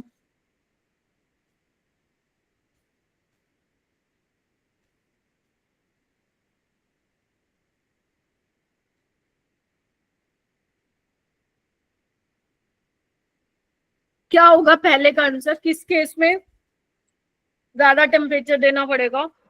हाईएस्ट हीट ऑफ वेपोराइजेशन किसका होगा? बोल दो सिमरन।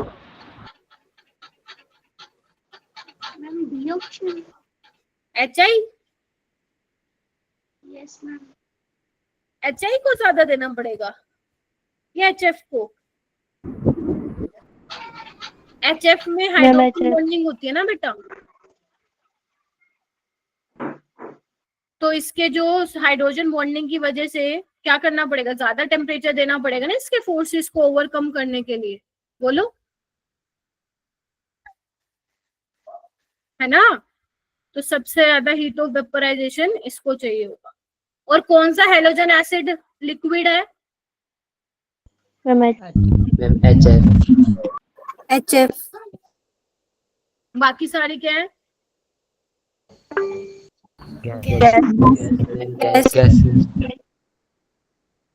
चलिए, पानी पीना, पानी पी लो। अब हम चलते हैं next, reacted towards hydrogen.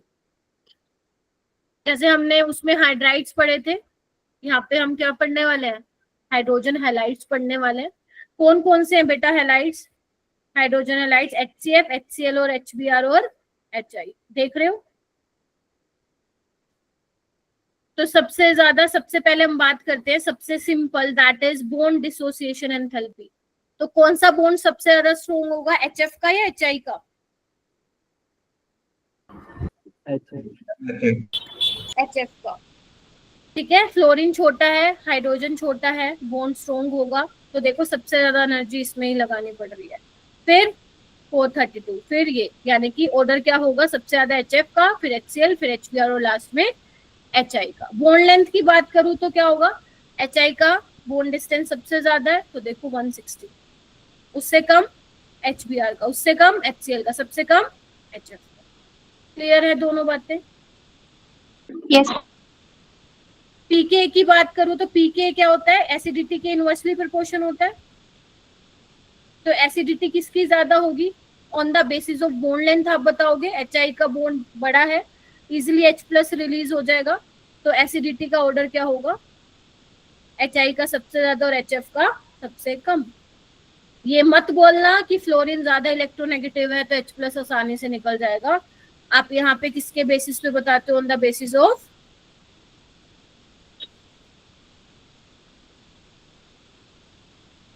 Bond length. ठीक है, तो देखो सबसे ज्यादा pK HF का है, तो सबसे कम एसिडिक कौन सा होगा? HF होगा। ठीक है, देखो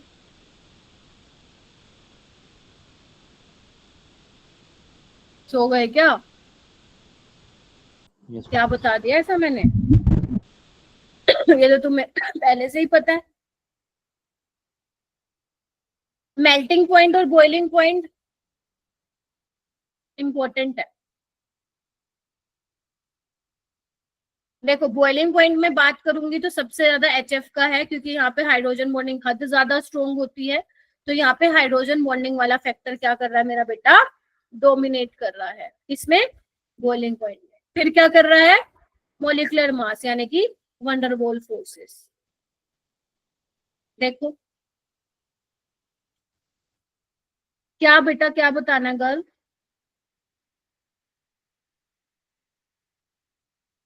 मेल्टिंग पॉइंट का क्या ऑर्डर होगा? सबसे ज्यादा इन्होंने किसको कंसीडर किया? एक्सपेरिमेंटल डेटा देखो, HI को, यानी कि इन्होंने यहाँ पे वंडरवॉल फोर्सेस को सबसे पहले कंसीडर किया है। देखो इधर, फिर उसके बाद हाइड्रोजन बॉन्डिंग और फिर वंडरवॉल फोर्सेस।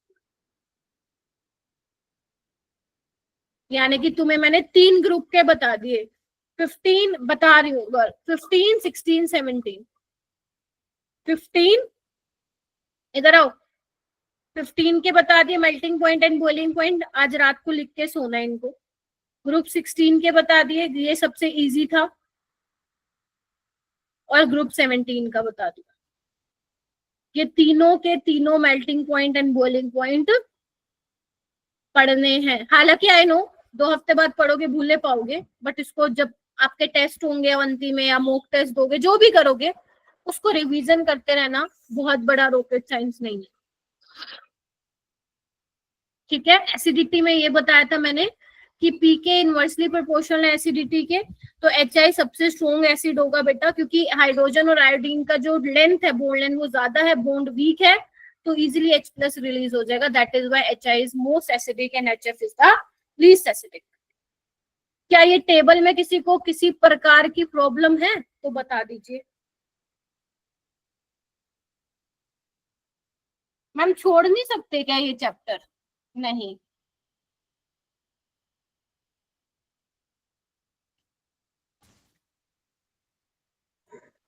अभी 5 चीजें इम्पोर्टेंट है। यस, इसमें सबसे ज्यादा इम्पोर्टेंट है आपका पीके और आपका मेल्टिंग पॉइंट और बॉइलिंग पॉइंट।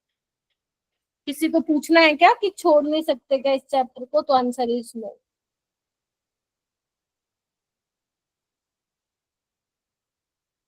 क्या मैं आगे चल सकती हूँ?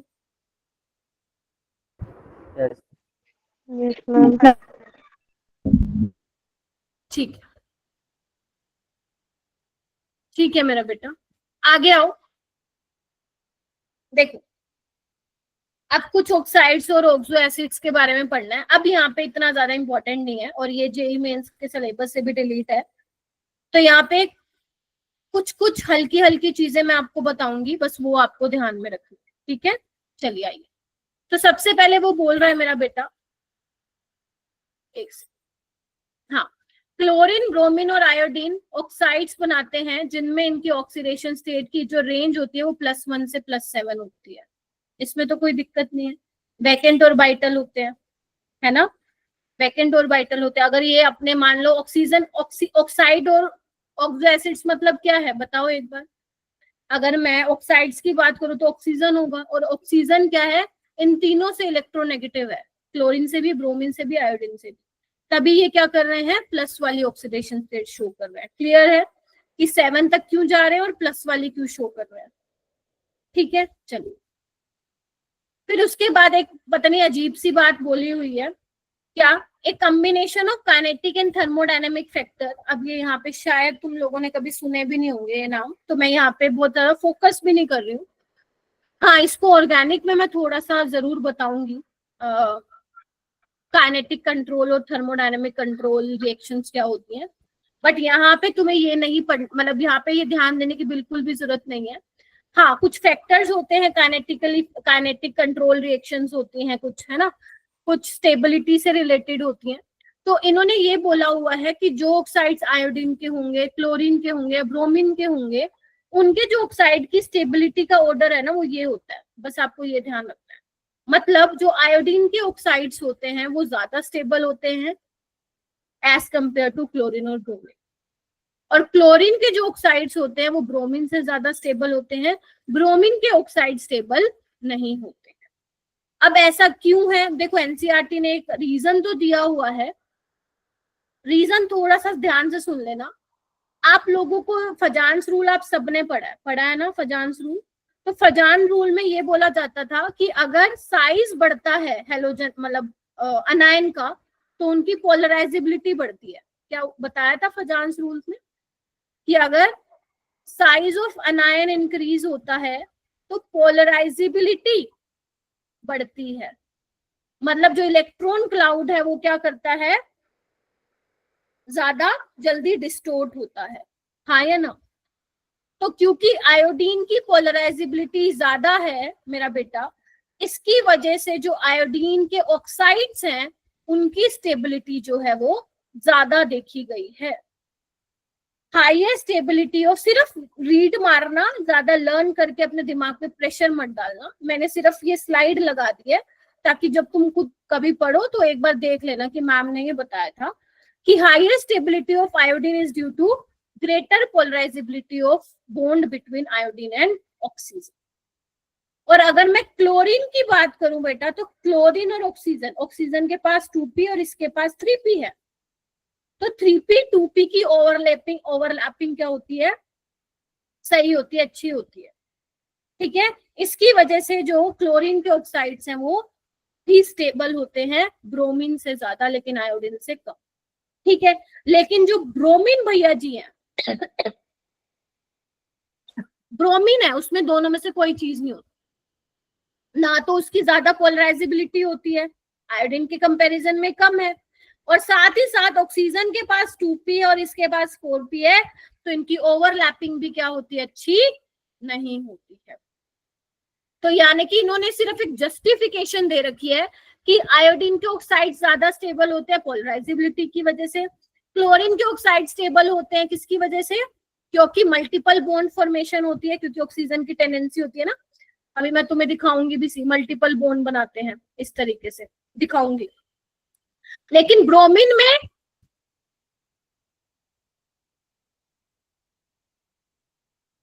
bromine lacks both the characteristics and the stability of oxides of bromine is,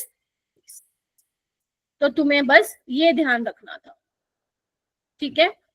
ये वाली चीज थोड़ी सी तुम्हें ध्यान में रखनी है, प्लीज इसको नोटबुक में लिख लो और इसका रीजन भी प्लीज वहां पे मेंशन कर लो।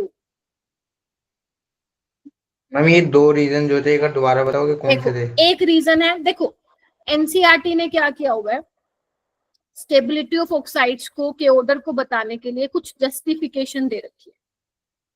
आयोडीन के ऑक्साइड्स के केस में क्या दी हुई है कि आयोडीन का साइज बड़ा है, पोलराइजेबिलिटी उसकी ज्यादा है, अकॉर्डिंग टू, याद करो फजान्स रूल, तो आयोडीन और ऑक्सीजन का जो बॉन्ड होता है वो स्टेबल होता है आयोडीन और ऑक्सीजन में, ठीक है, ऑक्साइड में। क्लोरीन में मैं बात करूंगी तो मल्टीपल बॉन्ड फॉर्मेशन जो होती है, क्योंकि आपको पता है ऑक्सीजन डबल बॉन्ड की टेंडेंसी रखता है, और क्लोरीन और ऑक्सीजन के बीच में 3p 2p की ओवरलैपिंग क्या होती है, इफेक्टिव होती है, बॉन्ड स्टेबल होता है।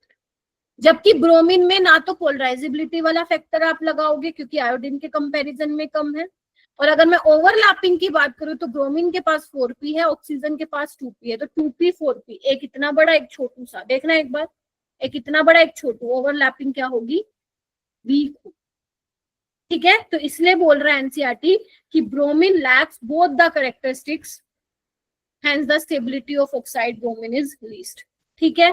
बोलो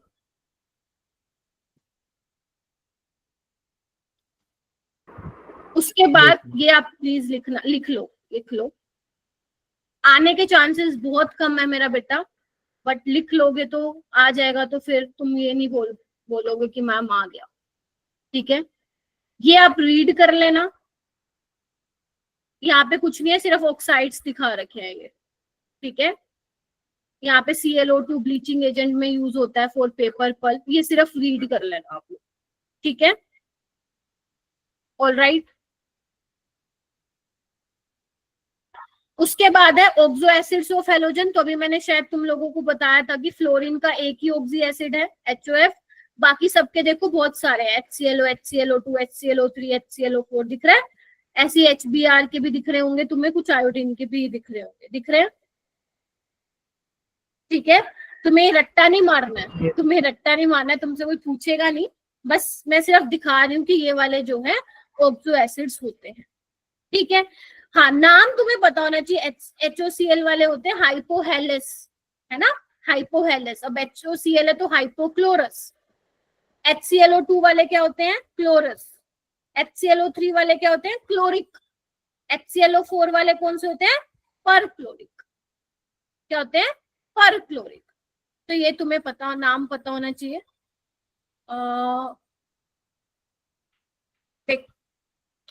अगर मैं सबसे पहले मेरा बेटा HOCl का स्ट्रक्चर बनाऊं तो कैसे बन सकता है, तुम खुद बताओ। ऑक्सीजन कितने बॉन्ड बनाता है? 2।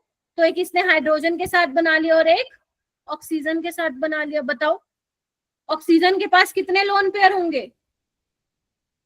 2 होंगे कि नहीं होंगे? हाँ या ना? और क्लोरीन के पास कितने होंगे? 1 2 3। ठीक है अंदर बताओ। और अगर मैं क्लोरीन की हाइब्रिडाइजेशन आपको बोलूं तो कितनी होगी? 1 2 3 4, यानी कि sp3 हाइब्रिडाइज्ड। और अगर मैं तुम्हें बोलूं क्लोरस, क्लोरस क्या होता है? HClO2, तो ऐसा बनेगा। इसमें भी क्या होंगे? 2 लोन पेयर होंगे। देखो इधर,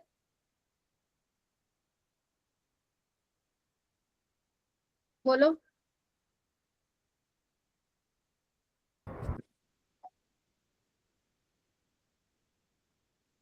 ठीक है, यहाँ पे देखो HClO3 कैसे बनेगा बताओ। एक डबल बॉन्ड हो और एक OH तो होगा ही होगा। कितने ऑक्सीजन और रह गए? और एक लोन पेयर होगा। देखो पिरामिडल दिख रहा है। और अगर मैं HClO4 बोलूं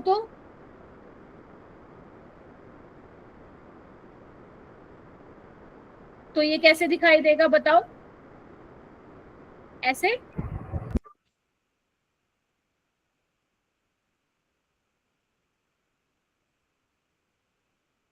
ये भी क्या होगा? हाइब्रिडाइजेशन बताओ क्लोरीन की।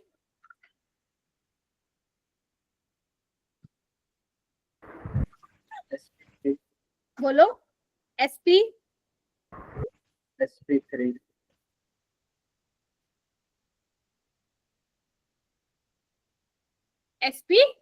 होगा। ठीक है, ठीक है अंदर बताओ मेरे को।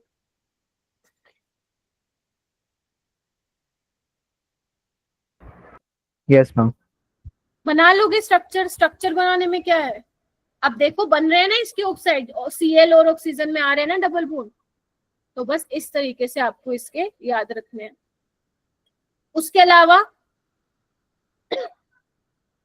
इसमें आपको ये, वैसे रिएक्शन बहुत ज्यादा इंपॉर्टेंट नहीं है, बट यहाँ पे मैंने इसलिए लिख दिया क्योंकि कई बार ये पेपर में आ जाती है। आपको थोड़ा बस ये ध्यान रखना है कि जब क्लोरीन के साथ NaOH आप लोगे, अगर NaOH आपका कोल्ड है, मतलब ठंडा और डाइल्यूट NaOH है, तो उस केस में NaOCl बनता है। ठीक है, इसको हम बोलते हैं hypochlorite.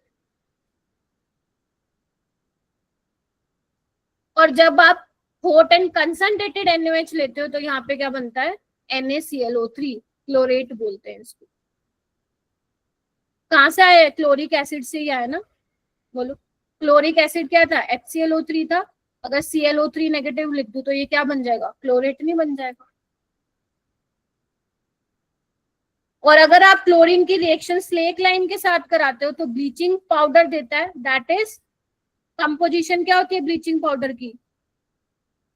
Calcium oxychloride, calcium chloride, calcium hydroxide और 2H2। आपसे क्या पूछा जा सकता है? हाँ आई नो, थोड़ा सा अजीब लग रहा है तुम लोगों को, छोटी छोटी बातें लिख लो इसको। आपसे ये पूछेगा क्लोरीन की ऑक्सीडेशन स्टेट क्या है इसमें, तो कैसे निकालोगे? यहाँ पे इसको ऐसे लिख सकते हो, कैल्शियम यहाँ पे 2+ में होगा और ये OCl नेगेटिव होगा। बोलो, तो यहाँ पे ऑक्सीडेशन स्टेट क्या होगी इसकी बताओ? क्लोरीन की कौन बताएगा? OCl नेगेटिव, ये -2, ये +X -1, तो क्या हो जाएगी? +1 हो जाएगी। बोलो। Yes ma'am. Yes ma'am. ठीक है, बस चांसेस आने के हैं 0.001%, बट एक बार रीड कर लेना, दैट्स इट। ठीक है, चलिए आइए कुछ इंपॉर्टेंट पॉइंट्स है, लिखना स्टार्ट कीजिए मेरा बेटा। सबसे पहले है फ्लोरीन जो है फोम ओनली, 1 ऑक्सी एसिड। कौन सा था वो मेरा बेटा? HOF था या ना? Yes ma'am. दूसरा, अगर मेरे पास HClO4 है, HClO3 है, HClO2 है और HClO है, और मुझे इसका एसिडिक करेक्टर बताना है, तो याद करो मैंने तुम्हें बोला था अगर सेंट्रल एटम सेम हो तो ऑक्सीडेशन स्टेट निकाल लो। जितना ज्यादा ऑक्सीडेशन स्टेट होगा सेंट्रल एटम पे उतना ज्यादा एसिडिक करेक्टर होगा। तो यहाँ पे +7 है, ये +5 है, +3 और यहाँ पे क्या है? +1 है। तो एसिडिक करेक्टर किसका ज्यादा हो जाएगा?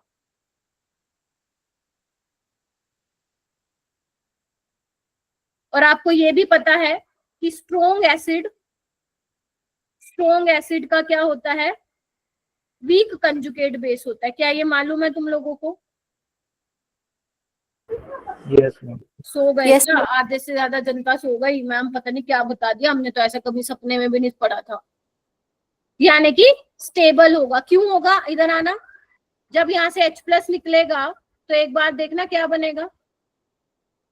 रेजोनेंस स्टेबलाइज है ये, that is why HClO4 is a strong acid. ठीक है, और अगर मान लो मैं ले लूं HClO, HBRO और HIO, तो अब बताओ कौन सा स्ट्रॉन्ग एसिड होगा? कहां से H+ आसानी से निकल पाएगा? क्लोरीन मोस्ट इलेक्ट्रोनेगेटिव है इन सब में से, तो क्या करेगा? खींचेगा इलेक्ट्रॉन डेंसिटी को, तो H+ आसानी से निकलेगा। नहीं मेरा बेटा, साइज के बेसिस पे मत बताना, साइज के बेसिस पे मत बताना। क्लोरीन ज्यादा इलेक्ट्रोनेगेटिव है, खींचेगा इलेक्ट्रॉन डेंसिटी अपनी तरफ, आजा आजा आजा, खींचेगा कि नहीं खींचेगा? तो ये बॉन्ड वीक होगा, इजिली H+ निकलेगा, ये होगा एसिडिक होगा।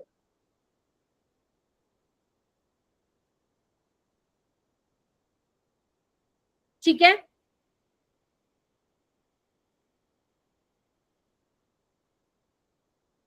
उसके बाद मैम बोलो। जब वो मोर इलेक्ट्रोनेगेटिव है तो वो हाइड्रोजन को जाने ही नहीं देगा ना।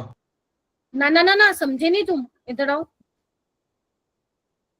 जगह नहीं है क्या? ये देखो इधर, ये है ना गौरव, यस मैम। इलेक्ट्रोनेगेटिव है। ठीक है, तो ये किससे खींचेगा इलेक्ट्रॉन डेंसिटी? इससे खींचेगा, ये वाला खींचेगा अपनी तरफ। ठीक है, खींचेगा, खींचेगा तो ऑक्सीजन और हाइड्रोजन का बॉन्ड क्या हो जाएगा?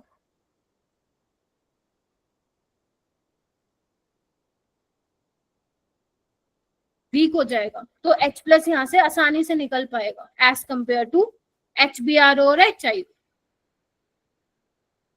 ठीक है,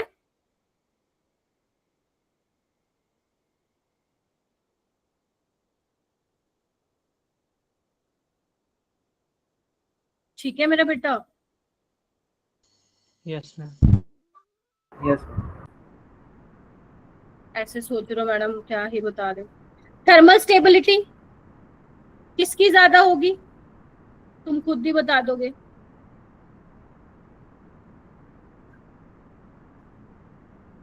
ये सबसे ज्यादा स्टेबल होगा ना HClO4। बोलो, इसका कंजुगेट बेस कितना स्टेबल बन रहा था? Getting my point? तो थर्मल स्टेबिलिटी HClO4 की, फिर HClO3, HClO2 और लास्ट में HCl। और अगर मुझे HClO, HBRO और HIO के बीच में बताना हो तो ये ऑर्डर आएगा।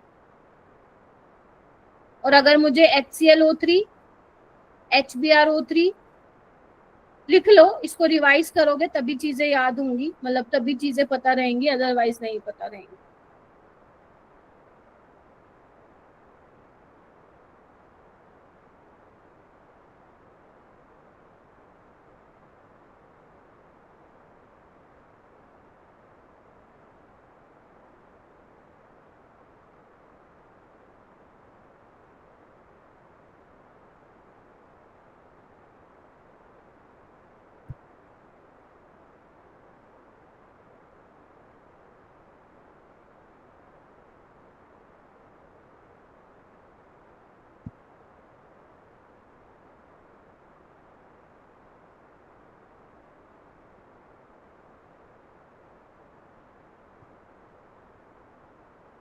ठीक है, चलूं आगे। Yes, ma'am. यानी कि आपको क्या पता होना चाहिए, फ्लोरीन एक ही ऑक्सी एसिड बनाएगा। अगर मैं HClO4 ये पूरा अगर मैं ऑर्डर लिख दूं तो आपको इसका एसिडिक नेचर पता होना चाहिए। जितना ज्यादा ऑक्सीडेशन स्टेट होगा, ठीक है, उतना ही एसिडिक करेक्टर होगा। और you can say on the basis of conjugate strong acid as weak conjugate base, वैसे भी आप बता सकते हो। HClO, HBr और HIO की बात करूंगी तो HClO का होगा। रीजन क्योंकि क्लोरीन यहाँ पे लिख भी सकते हो, मेरे पास जगह नहीं है। Due to high electronegativity of chlorine it attract the shared pair of electron, ठीक है, जिसकी वजह से बिकॉज ऑफ दिस ऑक्सीजन और हाइड्रोजन का बॉन्ड गेट वीक, तो H+ वहां से क्या होगा, इजिली रिलीज हो जाएगा। ठीक है, थर्मल स्टेबिलिटी के ये वाले उधर। ठीक है, चलिए ग्रुप 18 में कुछ खास नहीं है, सिर्फ 5 मिनट 10 मिनट लूंगी और तुम्हारा ये खत्म हो जाएगा। सबसे पहले तो तुम्हें नेचर पता होने चाहिए। गैसेस हैं ये सारी, है ना। Helium, neon, argon, krypton, xenon, radon. एक और भी होता है ओगेनोसन, ओगेनेसन, ठीक है, इसमें ही आता है ग्रुप 18 में। इलेक्ट्रॉनिक कॉन्फ़िगरेशन इसकी पता होनी चाहिए। जनरल इलेक्ट्रॉनिक कॉन्फ़िगरेशन होती है इनकी NH2 NP6। हीलियम की 1s2 होती है, तुम सबको पता है। बाकियों की शायद अब तो तुम लोग पढ़ ही लोगे इसको, क्योंकि ये मैंने हर उसमें बता दिया तुम लोग। ठीक है, बोलो। Yes, yes ma'am. ठीक है, बहुत कुछ भी नहीं है, देखो खत्म है ये, देखो देखो है ही नहीं, खत्म है, बस 2-3 पेजों का बताना मुझे।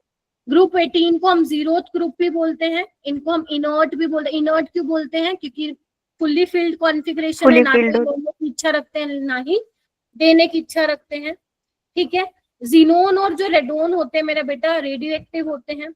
और अगर मैं बात करूं, अगर मैं रेडोन की बात करूं तो जब तुम रेडियम का वो कराते हो, डिके कराते हो, ये पेपर में आ सकती है रिएक्शन। तो जब आप रेडियम का वो कराते हो डिके, तो क्या मिलता है आपको, रेडोन मिलता है। रेडोन का 86 और ये 222 इसका मास नंबर। तो कितना और बच गया, 1 सेकेंड, 88। कितना एटॉमिक नंबर कम हुआ, 2, और यहाँ से मास कितना कम हुआ, 4। तो साथ में क्या मिलता है, ठीक है। अगर मैं एयर में बात करूं, एटमॉस्फेयर में सबसे ज्यादा अबंडेंस किसकी है, बोलो बोलो, आर्गन की होती है। और यहाँ पे ऑर्डर दिया हुआ है, अगर तुम्हें ऑर्डर याद नहीं करना मत करो, बस ये याद रख लेना आर्गन की अबंडेंस क्या होती है, सबसे ज्यादा होती है ग्रुप 18 फैमिली की अगर मैं बात करूं। ठीक है,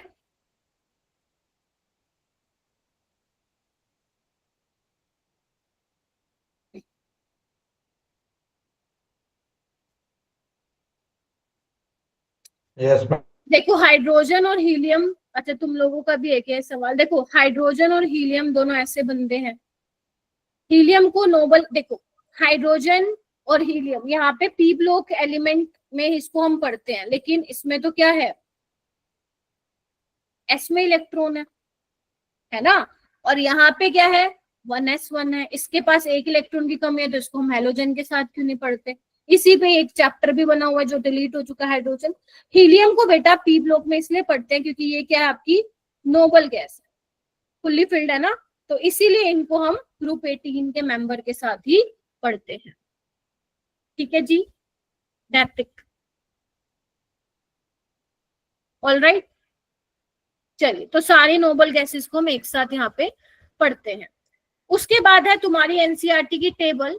इसमें एनसीईआरटी की टेबल में सिर्फ तुम्हें इलेक्ट्रॉन गेन एंथैल्पी का ऑर्डर याद रखना है, दैट्स इट। अब तुम मुझे खुद सोच के बताओ, क्योंकि ग्रुप 18 के एलिमेंट्स इलेक्ट्रॉन देना नहीं चाहते ना लेना चाहते, हाँ या ना? Yes ma'am. तो हम ऐसे केस में क्या बोलते हैं, या तो इलेक्ट्रॉन गेन एंथैल्पी पॉजिटिव होती है या फिर क्या होती है, 0 होती है, ऐसे ही बोलते हैं ना। नेगेटिव कहाँ होगी, ले तो ना सकते हैं। तो यहाँ पे एनसीईआरटी ने बड़ा अजीब सा डेटा दिया हुआ है। सबसे ज्यादा जो पॉजिटिव इलेक्ट्रॉन गेन एंथैल्पी होती है बेटा, वो किसकी होती है, नियोन की होती है। सबसे ज्यादा पॉजिटिव इलेक्ट्रॉन गेन एंथैल्पी किसकी होती है, नियोन की होती है।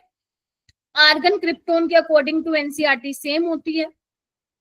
फिर आपकी जीनोन की होती है, इसको भूल जाओ, लिखना है तो लिख लो, रेडोन। और लास्ट में किसकी होती है, हीलियम की होती है। ये एनसीईआरटी ने डेटा दिया है। ये बच्चा, कोई बच्चा नहीं पढ़ के जाता इसको। क्यों नहीं पढ़ के जाता, क्योंकि हर कोई ग्रुप 17 और ग्रुप 16 की रट के जाता है। और यहाँ पे देखो 2023 में नहीं 24 में जेईई मेंस में सवाल आ चुका था, क्योंकि उनको पता है कोई इसका जस्टिफिकेशन नहीं दे रखा। तुम कहीं पे भी देख लो, बिल्कुल जस्टिफिकेशन इसकी कहीं नहीं दे रखी, तभी बच्चे पढ़ के भी नहीं जाते इसको।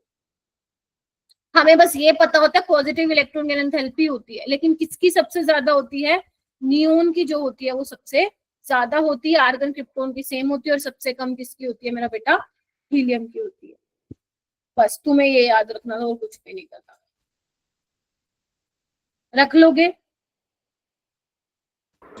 Yes ma'am.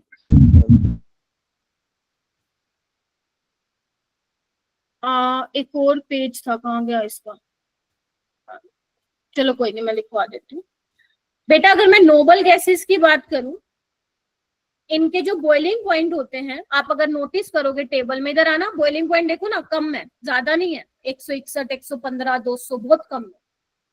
तो इसके जो बॉइलिंग पॉइंट होते हैं मेरा बेटा, लो बॉइलिंग पॉइंट होते हैं। क्यों होते हैं लो बॉइलिंग पॉइंट? क्योंकि नोबल गैसेस के बीच में जो फोर्स ऑफ अट्रैक्शन होती है वो बहुत ही ज्यादा वीक होते हैं, नॉन पोलर होते हैं ना ये।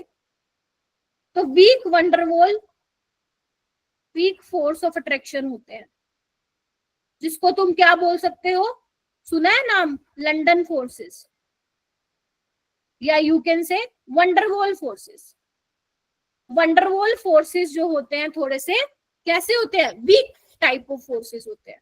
मतलब अगर आप मान लो हीलियम को लेके आना चाहोगे, तो इनके बीच में बहुत कम फोर्स ऑफ अट्रैक्शन होगा। क्यों? क्योंकि He2 थोड़ी ना बनना चाहता है ये, यस और नो। तो इनके बॉइलिंग पॉइंट भी क्या होते हैं, कम होते हैं। लेकिन नोबल गैस, अगर तुम एनसीईआरटी पढ़ोगे तो दिखेगा, नोबल गैस स्लाइटली सोलुबल होते हैं पानी में, मतलब थोड़े से हल्के डिसोल्व हो जाते हैं, हल्के से। तुमने सुना है डाइपोल इंड्यूस्ड डाइपोल, सुना है? डाइपोल मतलब कब होता है, डाइपोल कब होता है, जब पोलैरिटी इंड्यूस होती है। तो आपको पता है जो नोबल गैसेस है, लेट से हीलियम है, हीलियम क्या होता है, नॉन पोलर, और दूसरा हीलियम है। तो क्या होता है, कुछ इंस्टेंट के लिए, मतलब कुछ सेकंड्स के लिए, थोड़ा सा इलेक्ट्रॉन क्लाउड में क्या हो जाता है, अपनी डिस्टोर्शन हो जाती है। डिस्टोर्शन मतलब शेप का बिगड़ जाना, जिसकी वजह से क्या होती है, पोलैरिटी इंड्यूस होती है। मतलब एक साइड नेगेटिव ज्यादा हो जाता है और दूसरी साइड पॉजिटिव, सिर्फ बहुत कम टाइम के लिए। तो अगर नेगेटिव ज्यादा हो जाता है तो इस तरीके से यहाँ पे क्या होता है, induce dipole, induce dipole, dipole dipole, फिर क्या होती है, उसमें इंटरेक्शन होती है, इंड्यूस डाइपोल इंड्यूस, जिसकी वजह से थोड़े बहुत क्या हो जाते हैं, पानी में सोलुबल हो जाती हैं गैसेस। ठीक है, हालांकि तुम्हारे सिलेबस में नहीं है अब, लेकिन कहीं पढ़ो तो मैंने बता दिया। तो जो नॉन पोलर मॉलिक्यूल्स होते हैं, वैसे स्टेट्स ऑफ मैटर में आता है, जो कि चैप्टर हट चुका है। तो नॉन पोलर मॉलिक्यूल्स में भी पोलैरिटी इंड्यूस होती है, जिसकी वजह से वो स्लाइटली सोलुबल होते हैं। और वो कौन सा होता है, इंड्यूस डाइपोल इंड्यूस। और एक्चुअली वो वंडरवॉल फोर्सेस का ही एक टाइप होता है। तो वीक फोर्स ऑफ अट्रैक्शन होता है, जिसकी वजह से वो स्लाइटली, बिल्कुल हल्के, ज्यादा नहीं, बहुत ही कम जो होते हैं, सोलुबल होते हैं पानी में। ठीक है, ये तुम्हें रिएक्शंस नहीं पढ़नी है, हटा दीजिए इसको। क्या ये सब मैंने तुम्हें बता चुकी हूँ? मुझे कंफर्म कर दीजिए सारे बच्चे। मैम ये तो बता चुकी हूँ केमिकल बॉन्डिंग। XeF2 लीनियर होता है, XeF4 स्क्वायर प्लेनर होता है, XeF6 distorted octahedral, XeOF4 square pyramidal, ये सब हम डिस्कस कर चुके हैं, कुछ नया है नहीं इसके अंदर। ठीक है,